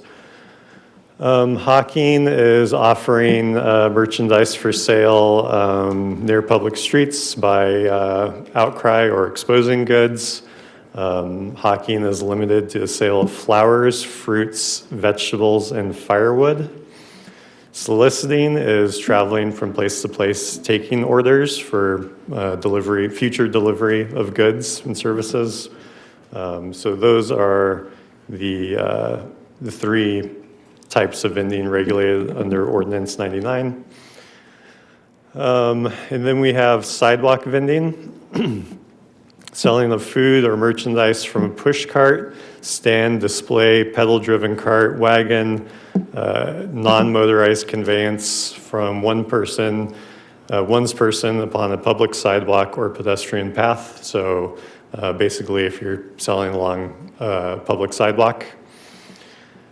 Roadside vending, which is vending of a vehicle on public or private street, stopping for a maximum of 5 minutes to complete a sale. So you can imagine like an ice cream truck would fall into that sort of vending. And then food trucks, we do not currently have an adopted regulation for food trucks. So a food truck would be vending food from a vehicle parked on the street or private property. Food trucks are currently not allowed unless it's at a permitted special event. So these codes can be either repealed and replaced with new codes. They could be merged together. Just something to keep in mind as you review. One important note is this bullet point down at the bottom. We do not provide permits or regulate the vending within the public or the right-of-way for Caltrans. So that's 29 Palms Highway in Old Women's Springs. Caltrans does not permit those activities within their right-of-way. From discussing it with Caltrans staff, they only permit newspaper stands and vending machines within their right-of-way. So this covers all of the town except for the Caltrans right-of-ways. Here's a summary of how other jurisdictions in the region either regulate or do not regulate the various types of public vending. So you could see some do not provide regulations for, let's say, peddling, whereas other cities do. So this is just kind of a summary of how we compare to others. As you'll see, we do provide regulations and permitting for all three of these types. Many of the other cities you could see do not necessarily allow all of those types of vending. This slide covers sidewalk vending, roadside vending, and food trucks. As you could see, most of the other jurisdictions that we surveyed do provide some sort of food truck regulation. Every city has different regulations, so they vary from city to city. So we are here to gather some input from the council on recommendations on how to structure the regulations for all of those aforementioned activities, but specifically food trucks, as that's kind of the current hot topic with these. So these are just kind of examples of regulations or input that we're looking for. For instance, can a food truck operate from one specific site, multiple sites, townwide? Generally we'd recommend not vending from undeveloped properties, but all of these various things, ADA access, making sure ADA's access is provided. In some cases, some jurisdictions require parking, access to restrooms at some sort of permanent facility, et cetera. Some jurisdictions require certain trash cans for the food truck. Some jurisdictions require that food trucks do not operate within so many feet of an existing restaurant, so as not to compete with that restaurant. Some do, some don't, so it's all on the table. And then hours of operation, should the food trucks be able to operate until 10 p.m. or cut off at 5 p.m. or not operate early in the morning, et cetera. So these are all examples of things that we're looking for input from. So this is just a sample. Any additional input would be welcome so we can craft a good regulation that everyone loves. So with that, unless you have anything additional, Shane, to just throw in. Mayor and Council, in summary, I think you've seen that jurisdictions provide regulations for a majority of these types of activities, very similar to the town of Yucca Valley. But those regulations vary from minor to very significant. You can imagine, and I think the one critical or important item to note in the presentation this evening, Caltrans does not allow vending in the state right-of-way. Where is about the only place in town where there are sidewalks, Highway 62. So approved street permitted vending is not very likely to occur in Yucca Valley, very, very limited locations, and I think that's just an important point to keep in mind. Policy direction this evening does not have to get into specifics to specific standards. If the council has a desire to see amendments to any portions of these code, that general direction to staff and/or the Planning Commission is adequate for this evening's discussion. Concludes the staff presentation. Be happy to answer questions following public comment. You bet. All right, we'd really appreciate some public comment on the ideas presented tonight. If there's anybody that wishes to comment, please make sure the town clerk has your name. Come on up, state your name, city of residence, and then we'd like you to fill out a little form so that we can keep record of it. I'm Christy Mealer. I'm actually the happy cooker, and I have the food truck in Yucca Valley. I'm the one causing a scene. So, yes, the town needs to put in policies for food trucks. You have to keep the food trucks safe along with the customers. Just following San Bernardino County's rules alone is difficult to do in this town. Only because we are not a city, right? So you have to get permission from the property owner. You have to get permission to use their restroom. So it's not, depending on the size of your vehicle, depends on where you can park in town, right? A lot of our parking lots, if you go down the highway, they're smaller parking lots. You can't just squeeze a food truck in there, you know? So you really need to have an adequate place to park your food truck and a safe place to park your food truck. And I believe Curtis sent me a policy that you guys may have drafted up or something similar that may work. I read it. It looks good. In it, maybe you're familiar with one of the items that says they cannot be a permanent foundation. Do you know anything about that? It's in a policy he sent me, and I read it, and I just wasn't sure what that meant. There is no staff policy or program that has been prepared or presented at this point in time. Yeah, we're trying to gather information to Okay. modify it, I think. Maybe I misread something. Any questions you guys have for me, you could come and talk to me. I've worked throughout the town. While you are definitely drafting a policy, like I said, ask me any questions that you need. You guys all have my email. I'm willing to cooperate, answer any questions you have. I do have a question for while I have a food truck and I'm closed down, how are the taco tents open down the highway? Good question. I'm just curious. I'm legal with San Bernardino County, completely permitted. I have a restroom permission, property's owner's permission. I have a 3-compartment sink. I have a hand washing sink, a refrigeration, food temperature, and I'm shut down and they're open. Just curious. The town issues citations to those property owners when they're identified by staff. Okay. So enforcement is underway at all times. I'll answer. They're not, okay. When we're done. When she's done, I'll make a comment. Okay. I'm finished. All right, thank you. We appreciate your comments. Is there anybody else that would wish to comment? Please step forward, state your name and city of residence. Gerard Noonan, resident of Yucca Valley, business owner in the township of Joshua Tree. I had the opportunity to work on this very subject for Riverside County. So I'm here at your disposal if you want to ask questions. In that situation, we have a Village Fest, which is a street fair, which a lot of vendors show up for. They pay a fee. It's a designated area where you can do pop-up food trucks. Other counties like LA have like Smorgasbord and different things like that where food trucks go to be seen or the food to get out to the public. So in dealing with environmental health services, I've opened 34 restaurants, many from the ground up. I've had a lot of interaction.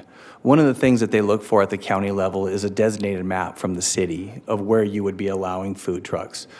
A couple of the areas where where cities and municipalities typically don't allow food trucks would be in areas where there's churches, where those churches sometimes, have their own food situation that is particular to their investment in their community, and other places would be schools. So without there being a map of where you could actually have a food truck, that's really the confusion that makes it difficult for someone to get permitted with the county and at the city. So Maybe that helps you a little bit moving forward. If you guys have any specific questions for me, again, I've been dealing with this subject for a long time. I have to say I support the idea of not allowing food trucks within a certain area of a restaurant, a brick and mortar restaurant that's invested their lifelong treasure into that location, that employs people, and those people pay taxes, and you're trying to provide a service and a product that people can rely on being in that location year after year. That would be my only comment on that. And of course, I would answer any questions that you need as well, as being a lifelong restaurateur and investor. I have a question. Sure. Are there many areas that you're familiar with that have like a designated area that multiple food trucks utilize, and what kind of areas would be appropriate for that? I'm kind of in favor of maybe a couple areas in town where they congregate in one area that, Absolutely. okay, we're going to go Yeah, have so- food truck food, and everybody goes over there. And to help you on that, that's what Village Fest is. So Village Fest in Palm Springs, which is now huge, started out as a makers festival on Thursday nights. The great thing about it, the purpose was to bring people to town another night, one extra night, and be in town early.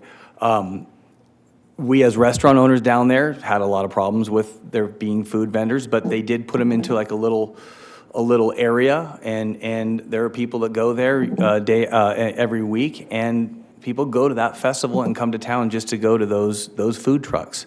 It's a lot of places where a lot of chefs show their talents, and almost every city I know of has a designated area for food trucks, either solely or as part of a bigger event going on and on a regular basis. And that's a great use of food trucks, and a great way to introduce me as a chef. It's a great way to introduce a new item or product to market without having to make such a huge commitment in a brick and mortar and being committed to an area for so long. But also as a restaurant owner and the owner of a brick and mortar, I do understand the sensitivity of, having someone just pop up right outside your shop and use your water, use your vital resources, use the things that you pay a lot of money for and are eventually accountable for as well. So that's the both sides. But a designated area seems to be win-win for everybody, and I also see that in a lot of different places that I've worked in and actually vended in as well. Thank you for your input. Sure. All right. Any other Thank you. questions? Public comment? That's it. Okay, thank you. The end of it, I guess, huh? Okay. All right, anybody have comment on that? Yeah, Oh, first, anybody online? I'm sorry. he said no. All right, well, thank you. Jared, I'll need you to come back up with your PowerPoint.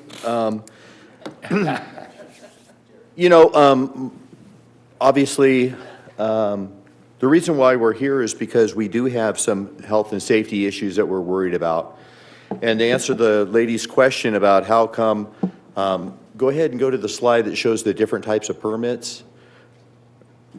Right, let's see. Well, obviously, the reason why we're here also is that last slide right there shows that all these other cities allow food trucks and we don't. And it's not that we prohibited them, we just never put in a policy or a procedure in which you could get a permit. So it's not like we're trying to keep food truck per se out of our area. It's that there was really never a need. I mean, we're not a very big metropolitan area. There's not a lot of people out working and laborers or people that have a short lunch period. They can't get to a restaurant because they're all impacted and they need a quick way to get a bite to eat. We just never had a desire or need, and there never was a really economy for any type of a food truck. So now there is a possibility of having a food truck policy. That's why the council wants to bring this up and be able to find a sensible way of providing a permit. Again, I'm not really concerned about the food truck if done properly, because obviously you just mentioned you're following all the health and safety codes. It's not a matter of somebody contracting food poisoning or dying because of the food was tainted, but these pop-up places that are going on in town don't have health and safety permits, and they put the public at risk, and everybody who goes there is soliciting people that aren't following the rules. Like the reason your food truck's not operating in town is because you chose to follow the regulations saying we have no avenue for you and I'm going to stop selling. Now, I wouldn't be pushing for Happy Cooker and a food truck or whatever if you were still out there going rogue and just, giving us the finger and just continuing to do operations like we see all over town. The other thing is we do need a way of having code enforcement out in the evenings when these things pop up. We need to educate those pop-up businesses if they can get a permit to have health and safety regulations, to have the health department sign off on them, having the proper permit, and so forth, and educating them if they can do it properly and with the safety in mind or health in mind, then we might have an avenue for them to do so. On the previous slide, I think it was one of the first three, slide number 3. Yes, right there. Can you tell me how many permits we have in Yucca Valley issued for peddling? How many people pulled a peddling permit? Currently? Yeah. Approximately 0. Right. How about hawking? How many permits do we have for hawking that they pulled? You can apply that all the way down. Okay, so 0, 0, 0, 0, all the way down. So anybody you see selling goods, whether it's furniture out on the highway or bonsai trees or whatever, has not pulled a permit. So they're illegally operating. And for code enforcement, the best way to stop it is to be out there before they set up or as they're setting up saying, you cannot set up, you don't set up, we're right here. Sheriff's Department can get called over if you're going to continue, you're not allowed to be here. Instead of as they're in the middle of full operation, have customers in line and then you show up, then you have a fight on your hands. Now you have an awkward situation. You're putting your code enforcement officer at risk. And law enforcement has more important things than to deal with illegal activity. So health and safety is really the key. And so I'm all for looking at providing food truck permitting. And I think for us to try to put it together on our own knowledge is sort of really a long process. I'd like to see maybe the 3 or 4 of them from cities that look like they're acceptable. Go with whoever wants to run a food truck, get their feedback on what they think would work or not work. And again, I think it makes sense to have a particular map so that a food truck wants to operate, they know exactly where to park and where they're at, and they got the permit, and it's not a problem, versus them not knowing if they're in regulate or they're complying with the permit or not. So I think to make it very specific and very clear, I think that would be a really good thing. And then you're talking about brick and mortar. I agree, you got to protect the brick and mortar, but those food trucks are extremely expensive and the regulations are extremely hard to maintain. And they're entrepreneurs and they made a big investment too. So let's see if we can help them operate legally.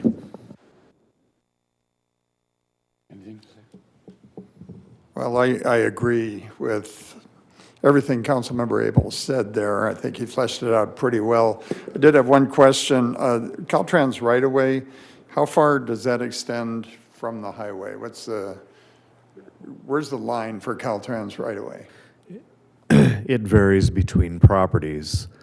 The critical item, though, with that, regardless of where it ends on individual properties, is the state law, which was passed, and the town adopted ordinance number 286 back in 2019, is the state street vending laws only apply to public right-of-way. They do not apply to private property. So once a vendor moves off of that public right-of-way, they're out of compliance with the state law, and the state law doesn't give them the authority to do that, nor does the state law mandate us to issue permits. So the line varies, but I think the important thing to note is the state law disappears once you're outside of the right-of-way. Okay, thank you. You're welcome. Is this something that we could maybe, I support, finding a way to make food trucks legitimate in this town. Is this something we could ask the Planning Commission to flesh out the details and bring us back a recommendation? It is a land use regulation and is appropriate for Planning Commission discussion. Yes, sir. Okay, I would support that, and like Councilmember Abel said, I think it's important to find a way to make this work for the people that are doing things right. So that's my comment. Councilmember Dennison. No, thank you, Mayor. All good comments so far. I appreciate that. So food trucks, I kind of look at it like a business in general that's causing some disruption in our town. We've seen it. You've seen that there's bad players, and whether we heard about bonsai trees and flag sellers and stuff like that, nobody's being permitted. So the hardest part is to try and control it to make sure that there's public safety is paramount. That's the number one thing, at least for me. I don't want to have an outbreak of anything because someone is making something that's not consumable safely for themselves or their family. So I want to try and keep the disruption small. It's a lot easier to give allowance than it is to take it back, to roll it back in. I would want to see that anybody that's doing a food truck, of course, be permitted, and also some type of identification for the community to identify that vendor clearly, and that they can report back to the town through some kind of page or even a phone number. But it's a good opportunity to, one, receive good comments, and also things that seem to be disruptive or not good. And that's the number one thing I think that we would use internally as a barometer, whether the service, the product, and the experience was good or bad. The locations, I think that needs a little bit of work. When we're looking at 1,500 feet, that's in excess of a quarter mile. I don't think you'd have any place anywhere downtown that you could put one. So that's a quarter mile each way. So basically, if there's a restaurant sitting there, you have about a half-mile distance before anyone would have a food truck, with a quarter mile on each side. So there might be some other considerations on how you get somewhere. What is the separation? If they're 2 blocks over and it's actually, a quarter mile away, I'm just trying to figure that out. A quarter mile is quite a bit. It's actually a little bit over a quarter mile. So we were already allowing food vendors, food trucks in permitted events, correct? If there's a permitted event, and so those kinds of things, like Village Fest, that was talked about that, I think those are the experiences I'd really like to ultimately see in the community, is a gathering of like things, and I think Jared said it very well. It's a good place for people to do experimentation of new culinary things for, whatever they're testing, and also for the community. So I know I have a bad diet habit sometimes, and I like corn dogs and food like that at events, which is weird because I never get to eat it. And food trucks do that kind. They can do just service that you wouldn't really open a corn dog restaurant in town. It might not last too long. But events are good, and I think that's a great place to start, and then have areas identified at the beginning on a map that would clearly meet the intent of having a food service truck there that can provide a business, but not be disruptive. So I think a few spots would be a good way to start, and not the entire overlay of the town, and just let people show up here and there. But ultimately, it's going to depend on control of the activity. So that's something that has to be rolled into it, and what is the process for someone that's operating illegally within the town or has complaints about someone that is permitted inside the town, to easily be identify that operator. That's all I got. Very good. Yeah, I would agree. The one question I would have, because any restaurant or any food truck needs traffic or needs bodies, otherwise it's a waste of time. So somewhere, let's say, which made total sense, was, at the Home Depot parking lot. There's a lot of people coming and going in Home Depot. There are no restaurants directly in that particular area on that parking lot, but there are a couple restaurants in the other portion. Good example. But there is a gap between them. What concerned me is the brand-new restaurant, the Mexican restaurant around the corner of Kickapoo and 62, just opened up, and I'm sitting there with some family, sat down supporting the new business, and I look, and right on the corner at 7-Eleven, somebody would put up a tamale cart. I mean, not the lady selling tamales out of the trunk of the car, but I mean a really set up tamale cart right across from a brand new business, and I'm like, that's where it gets problematic. But somewhere like, so I don't know, like if Home Depot asked for a food truck to be there, because Home Depots used to have like hot dog carts, and they had a permit for a hot dog cart and vendor, which I thought was super convenient, because you go to Costco and get a hot dog for nothing, and and all that kind of stuff. So, I mean, that would be an area that might be not a specific area that's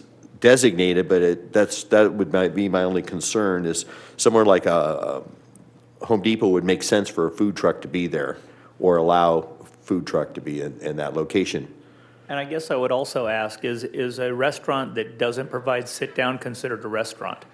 If they're a food company, so fast food, but say like a pizza place, a lot of them you go and you pick it up and you go. 7-Eleven serves food, you pick it up, you go. Those kind, so I don't know where the delineation is and what's actually a restaurant. If they supply, heated, cooked food, they have to follow all the same regulations of the health department, but I don't know if they're classified as a restaurant. I'm not sure that part, that's not my thing. So there's a lot of considerations that go into structuring regulations for these types of activities. And the Planning Commission will walk through those.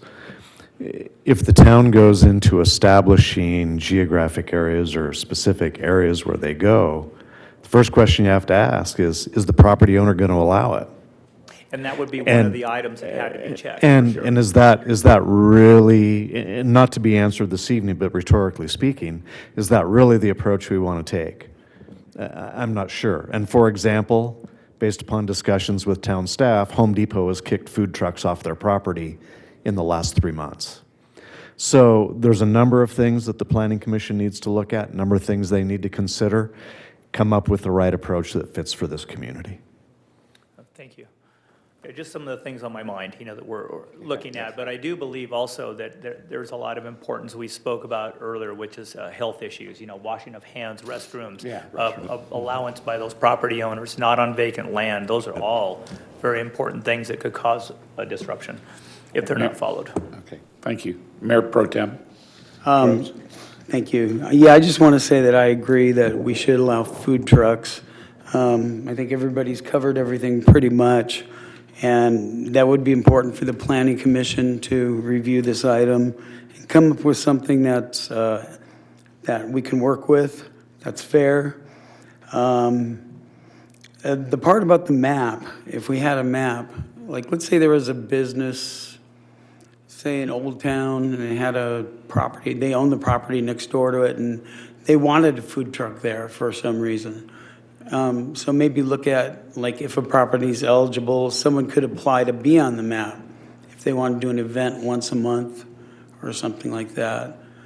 So that's the only other thing. I'm unsure about the map part, so I want to see what the Planning Commission comes up with. And that's it. Okay. I'm kind of, I guess I'm the oddball out here, and I do like the idea of a map. I think the concern of business owner approving or not, or the landowner approving or not, is something that needs to be considered, and I don't know how quite to approach that, but I like the idea of an area that is designated for the use of food trucks, so that the proper amenities are there. The town is going to go to some great expense to build in Old Town an outdoor restroom that's accessible to the public, a public gathering area, food tables with sun protection, parking area that could be used for either cars or a vending, a food truck kind of thing. Now, I don't, it's eventually the idea was to have that road to the side of it able to be blocked off so we could have things like food events or car shows and that sort of thing. And that's where I think food trucks would be appropriate, when there's an event type thing with a permit, which we've talked about already.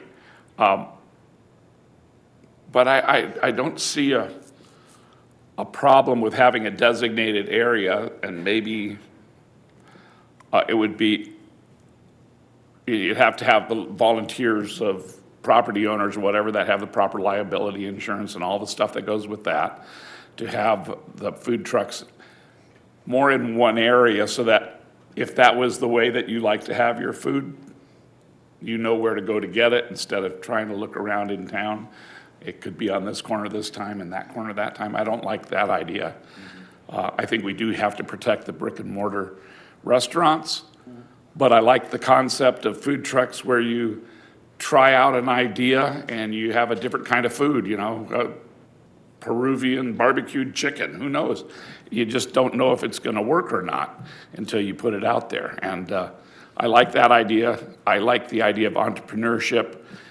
And maybe you start with a food truck and it becomes so popular that you end up buying a restaurant. You know, I think that we have to allow some flexibility and that sort of thing. So I would very much like to hear from the Planning Commission on what they come up with. And I think it should be in consultation with the public and with food vendors and with restaurant owners. And, you know, I really appreciate Jerry's experience in, you know, opening so many restaurants and knowing how that stuff works. That's invaluable information that we can really make use of, and we should put it to work to make Yucca Valley a more unusual and interesting place to go get your food. So, okay, anything else? All righty, thank you very much. All right, did we give you enough information to gather? I believe the Planning Commission will enjoy having that policy discussion. Oh, I'm sure they will. Kind of felt like we passed the buck there, huh? Okay. So item number 13, as we get close to the end here. Fiscal year 2024 through 26 draft general fund and special revenue fund budget review. This is a 2-year budget cycle. And back to you. Thank you, Mayor and Council. I know it's late. These numbers are going to be fuzzy, but we will do our best. All right. So we're going to be reviewing the 2-year budget. The prior budget input started in November of 2023 when we did the strategic planning workshop and goals. That strategic plan was approved in January of 2024, and we used that to guide the policy discussion and department reviews for the draft budget that's presented tonight.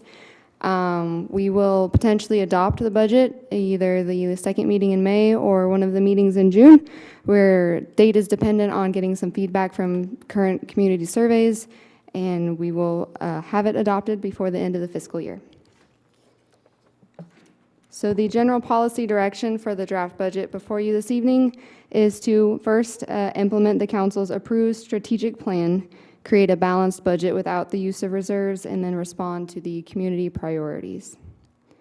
A few of those priorities identified in recent surveys are listed here: maintaining fire protection and emergency medical services, maintaining law enforcement and crime prevention services, maintaining and repairing local streets, roads, and infrastructure, reducing, limiting, and regulating short-term rentals, and then facilitating the development of more affordable housing in Yucca Valley.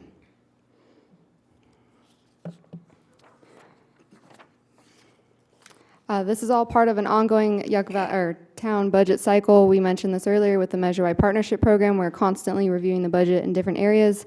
So currently, Council is looking at the budget impact and various options for the next 2 years, and then we'll move into that budget adoption at the next review. So we'll start with the general fund for the next 2 years. Presented here is the general fund summary that's also included in the staff report. It's a 2-year balanced budget with funds in excess of expenditures by $238,000 in the first year and $102,000 in the second year. Revenue and expenditures are reviewed by comparing the current year trends and then also the needs by the different departments. So we survey the departments, have them prepare a draft budget of what they need, compare that to the current cost and revenues that are coming in through the current fiscal year, and then combine that all into what is presented this evening. Highlights for the general fund revenues. Anticipated revenues are a total of $19.7 million in the first year and $20.1 million in the second year. We project conservative increases across the major revenue sources. So sales tax is a 1% increase each year, up to a 3% increase for property tax in the first year. I think it's at 2% in the second year. We do project decreases in community development revenues based off of current transaction activity for plant check fees and building permit fees. We expect that to potentially decrease over the next fiscal year. So this is a great visual of those general fund major revenue trends. Again, you'll see kind of a flat line over the next 2 years. We had some major increases in 2021 when property values went up, sales tax activity was up, and transient occupancy tax. We had a whole lot of Airbnbs open in 2021, and then you'll see that flat revenue trend over the next 2 years like I just spoke of. So jumping over to expenditure highlights, total anticipated expenditures are $19.5 million and $20 million in the second year. That accommodates the current levels of programs and services. There are some expanded programming in Recreation and Community Services Department. Those are all accommodated in the draft budget here. Overall, it's a $350,000 increase from the current year amended budget. And we also wanted to highlight that that also includes maintaining the required debt service payments for the general fund for each year. And those total $1.3 million every year. So this graph here demonstrates the overall growth of the general fund budget expenditures, as well as comparing each major expenditure type as a percent of the total cost. So you'll see that overall, each category is roughly a third of the general fund expenditures. They kind of go up and down over the years. But they're all about 33% of the total cost. And you'll see that as revenues have grown, the expenditures have grown with it. So the first major expenditure category within the general fund is public safety, identified by the community and council as a top priority. The total fiscal year 24-25 Schedule A contract is $6.5 million. Measure Y offsets that total contract by $930,000 in the first year and $985,000 in the second year. It maintains 25% of the contract and also 2 dedicated Measure Y positions. So those are not funded by the general fund, but by the Measure Y fund. We also have special revenue grant funds that cover projects and purchases of equipment of roughly $200,000 a year that are also in other funds, not the general fund. Feel like it's missing a slide. Oh, no, it's not. All right. So supplies and services, total cost is $5 million in the first year, $5.1 million in the second year. Again, accommodates current levels of programs and services. It represents expenditures for professional services, materials and supplies for all the town departments. Major increases are utility costs, roughly 8 to 10% across different utility types. Insurance has gone up quite a bit, legal services, and overall higher supplies for materials, which I'm sure everyone is familiar with. That's been seen across the departments, and they've requested slightly higher budget amounts to accommodate that. Personnel service costs include a 2.5 cost of living adjustment, a continuation of the 1% pension policy for contribution towards the pension liability. It also includes, I put 1.5 full-time personal positions. So there's a rec coordinator position that's full-time, and then a full-time fleet service skilled maintenance worker. 50% of that position is funded by the general fund, 50% is funded by the gas tax fund, for a total cost of $6.78 million in the first year and $7.1 million in the second year.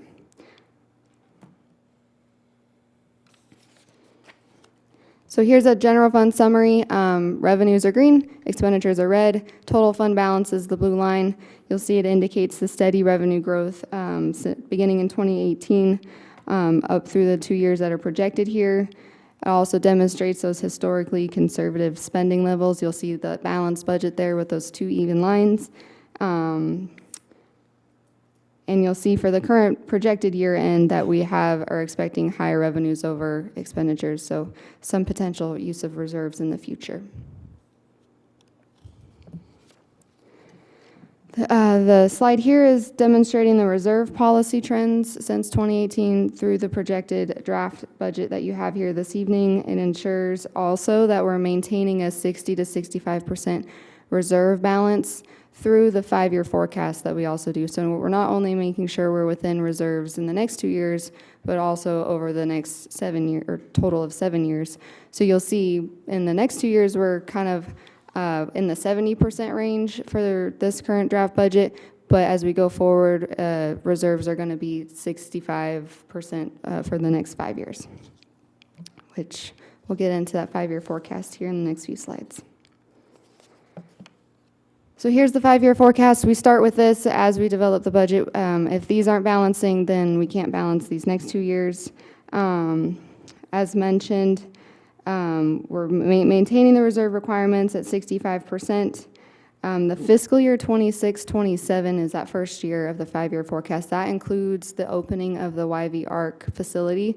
So we included a total of $400,000 in anticipated expenditures for personnel, supplies, utilities, et cetera. So that's a starting point that you'd see in that first fiscal year.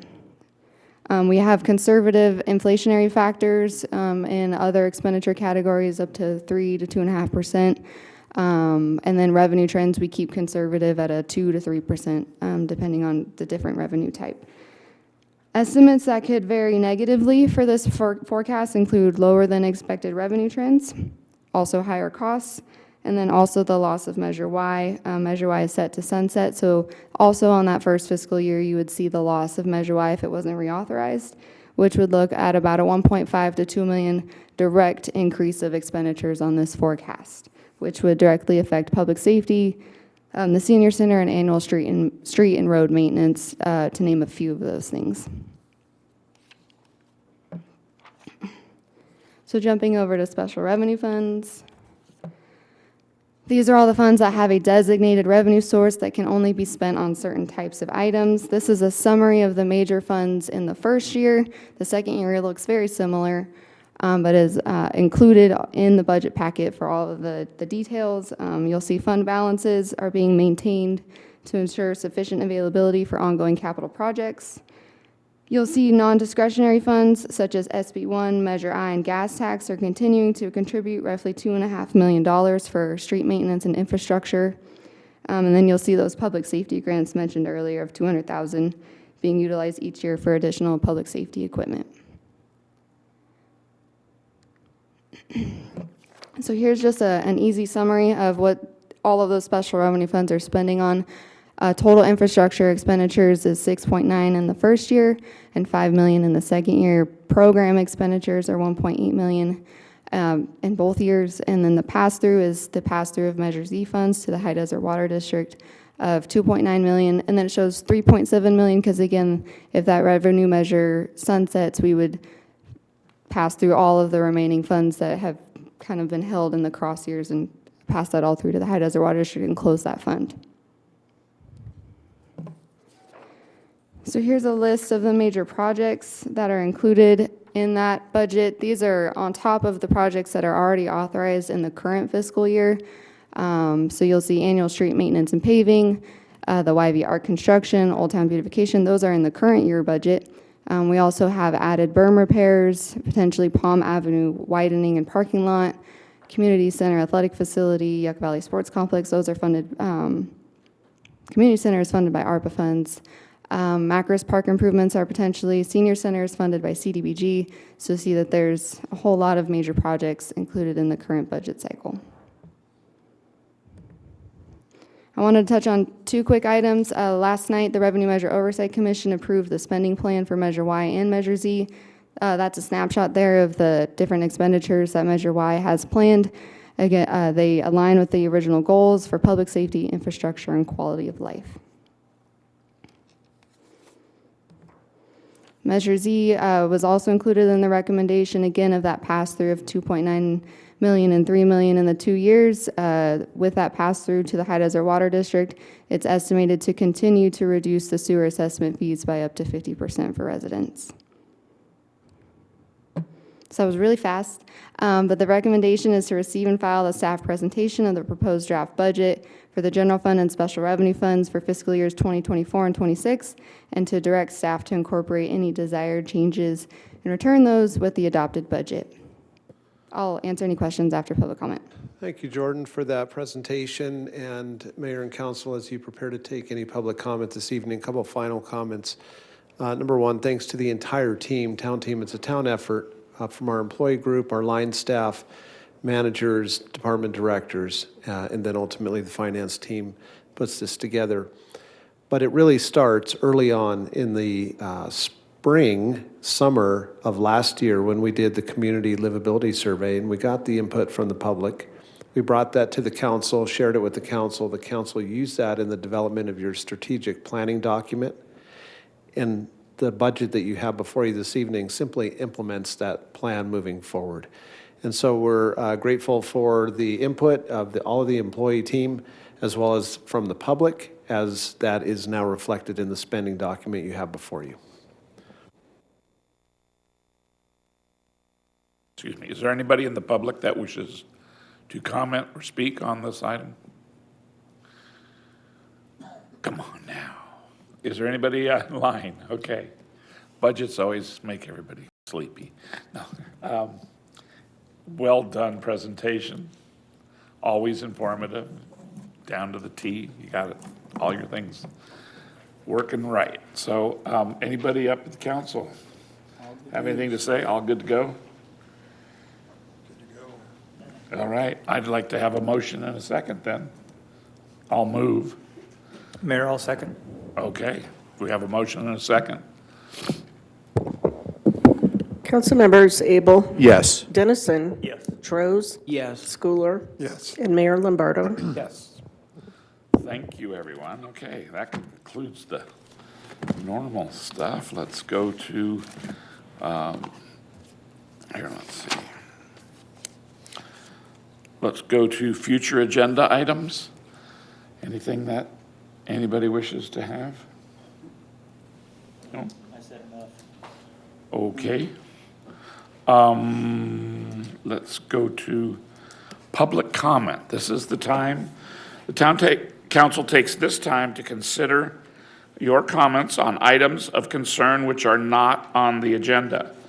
When you are called to speak, please state your name and community of residence.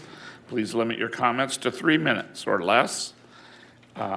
Inappropriate behavior which disrupts, disturbs, or otherwise impedes the orderly conduct of the meeting will result in the forfeiture of your public comment privileges. The town council is prohibited by state law from taking action or discussion of items not on the printed agenda. But is there anybody in the public that would wish to speak on any subject? Please come to the podium one at a time or both together, however you want to do it if you're friendly. And state your name and city of residence. And my name is Claudia Spots. I live in Joshua Tree, California. Okay. I'm the president of Morongo Basin Historical Society. And I missed the comment period, which I apologize for Measure Y. Right. And so that's what we want to talk about. And my age says that I thought that I had to raise my hand or something to do this. But anyway, this is the first time that we, Morongo Basin Historical Society, has ever applied for Measure Y. And I'd like to give you some history about why we're here.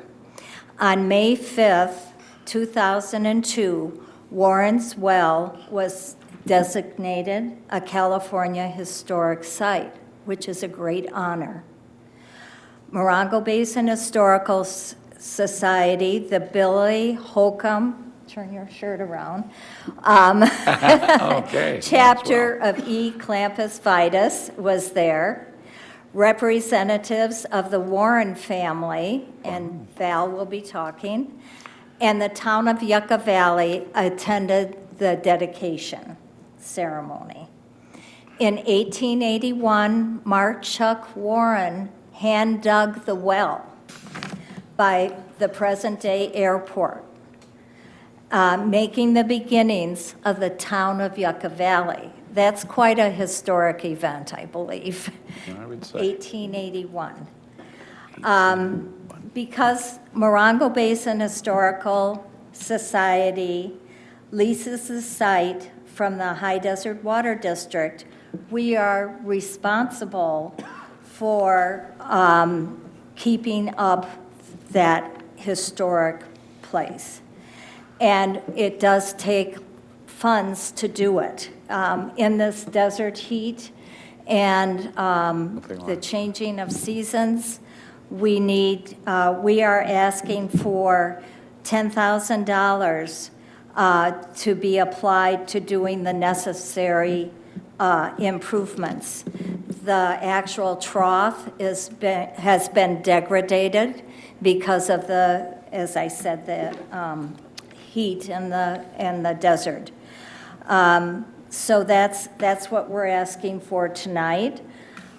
We also have a High Desert Nature Museum, Evelyn Conklin, who's 97 years old, donated her travel trailer, adult travel trailer that was 1957, and that's what we're asking for help for that. And I'd like to introduce Val. I'm Val Carlamagno, and I'm the great-great-granddaughter of Mark Chuck Warren. Yes, so. Our museum serves the town of Yucca Valley. For example, 20 Yucca Valley homeschoolers and their parents spent 3 hours at our museum yesterday. We also regularly host Desert Arc clients. And we'd like to install vintage museum signage to have them do self-guided tours. And we're asking for $3,000 for that, so a total of $15,000. Thank you. All right, thank you. Thank you, Mayor Lombardo. We appreciate you coming.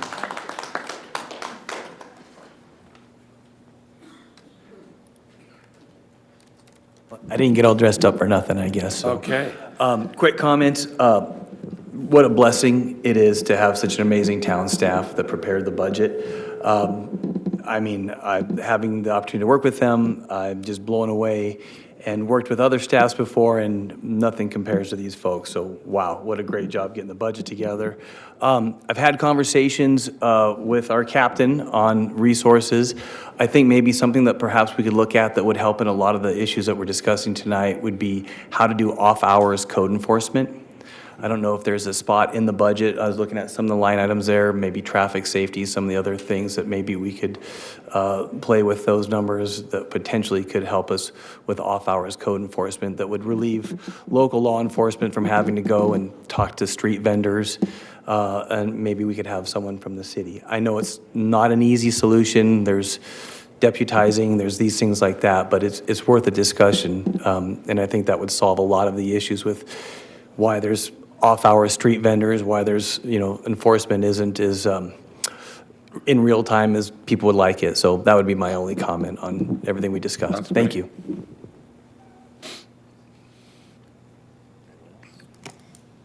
Anybody else? All right. Anybody online? Okay.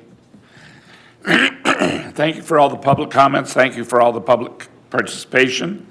Are there staff reports and comments? Or we worn you out? I think Clay stayed all night to make a few comments. Yeah, So good Clay, make it man. quick tonight. Come on up, Clay.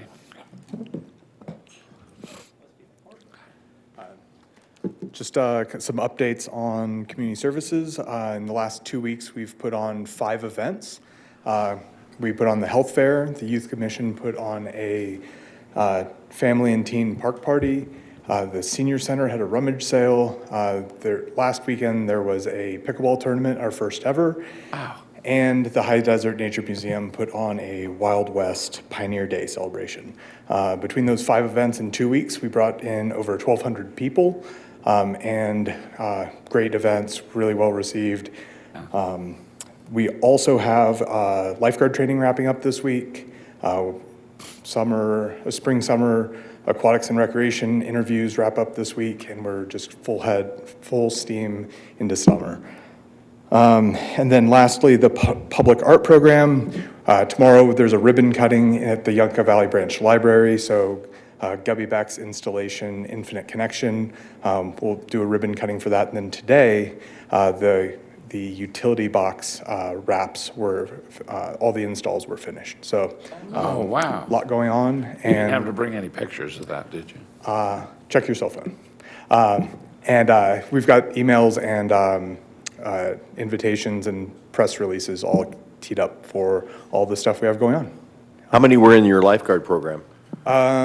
We had a total of 12. 2 of those were returners that were going through the entire recertification process because, quote, we love nerding out on lifeguarding. Yeah. That's great. Any other questions? You've been really busy, and thank you for your service. Okay. Just a couple items, Mayor and Council. Planning Commission's meeting next week.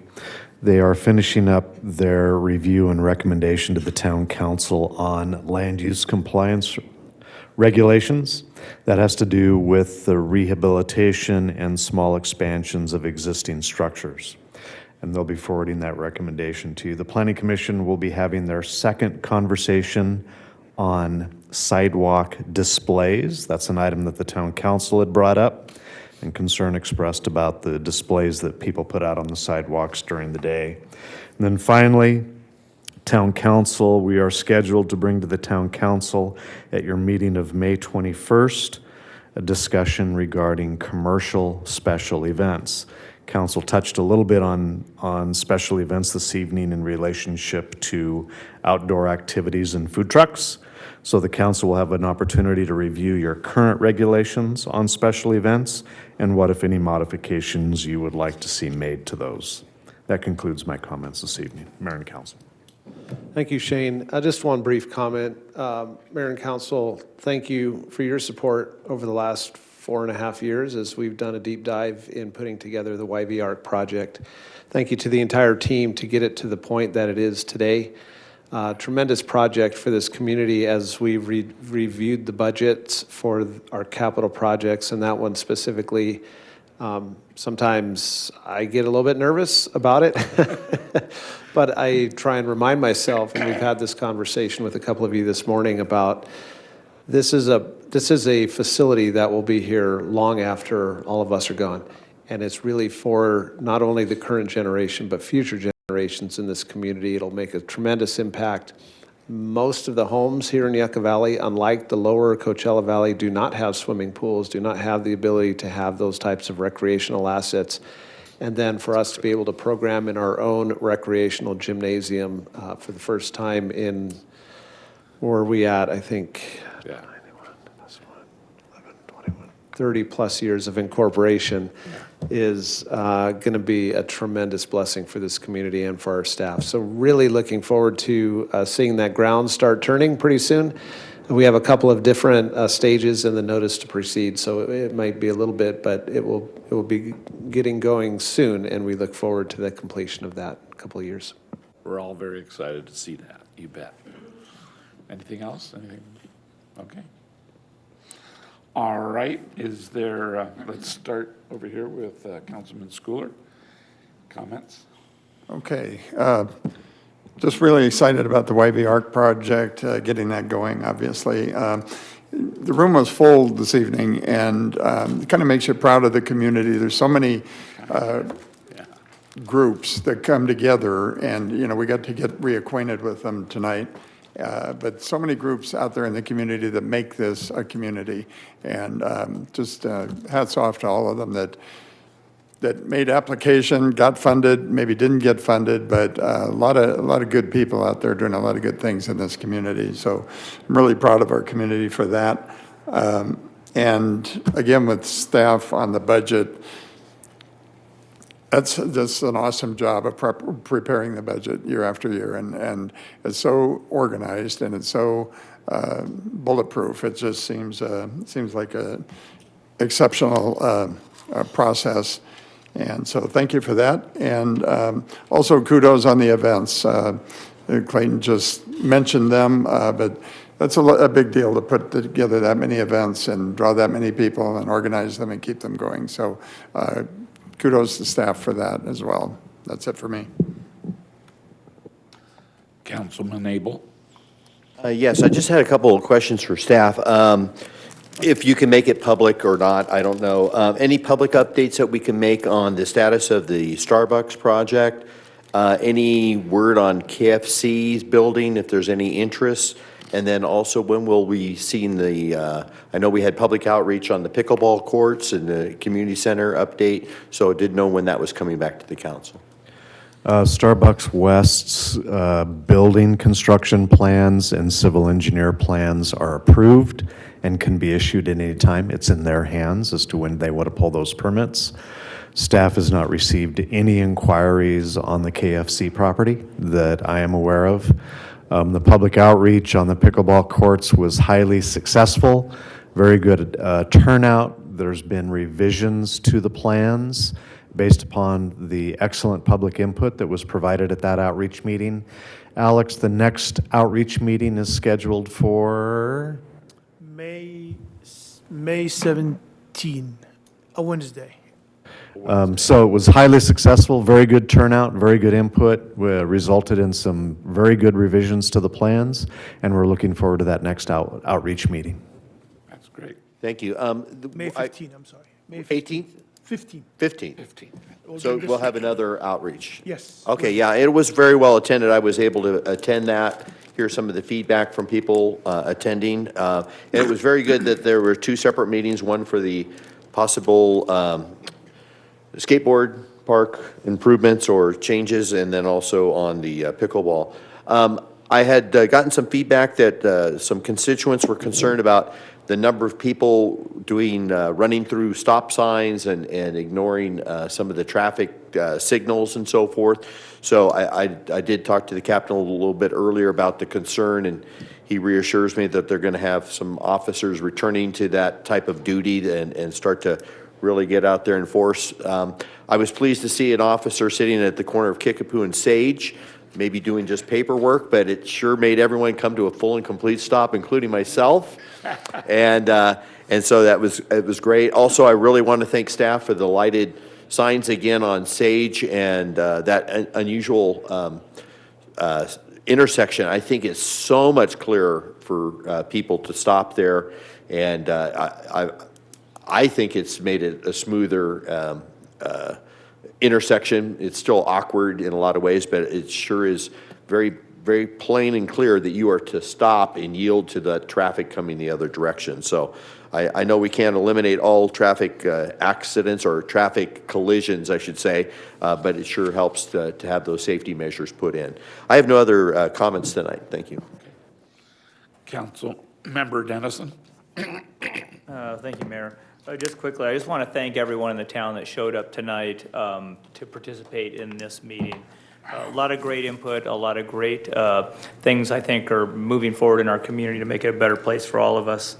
And then Rivi, is that how we pronounce her name? The new, our new staff member at the shelter? That's great. Yeah, welcome. So that's great. And then the last one, I just want to say quickly, you know, it wasn't always called Yucca Valley, it was called Warren's Well. That's how it started here, and that was very nice of the Morongo Basin Historical Society to stop in and talk to us a little bit about it. But the history of it's pretty crazy, and if you ever go over there and look at it, you would know probably it's right there on the edge of the airport. But it is a historical landmark, and it's how this whole town kind of grew. It was from that one little spot. So I was glad to see him here this evening. That's all. Mayor Pro Tem Droz. Yeah, what an encouraging meeting again. It was so great to see so many people in the audience, all the participation, and what a tight-knit community we are.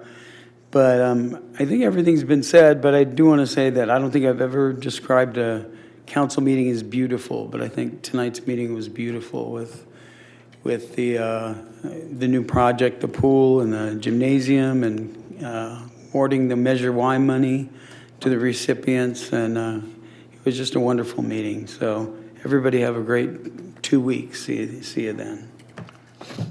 Thank you. Thanks to the staff for a great budget experience, getting to know it all, and it's clear and concise, and I really like the idea of projections into the future. We've maintained kind of a conservative view. We make sure that we balance our budget. It's really nice, and it looks good to all of us when we stay within our budgets, and things turn out even better than we expect sometimes.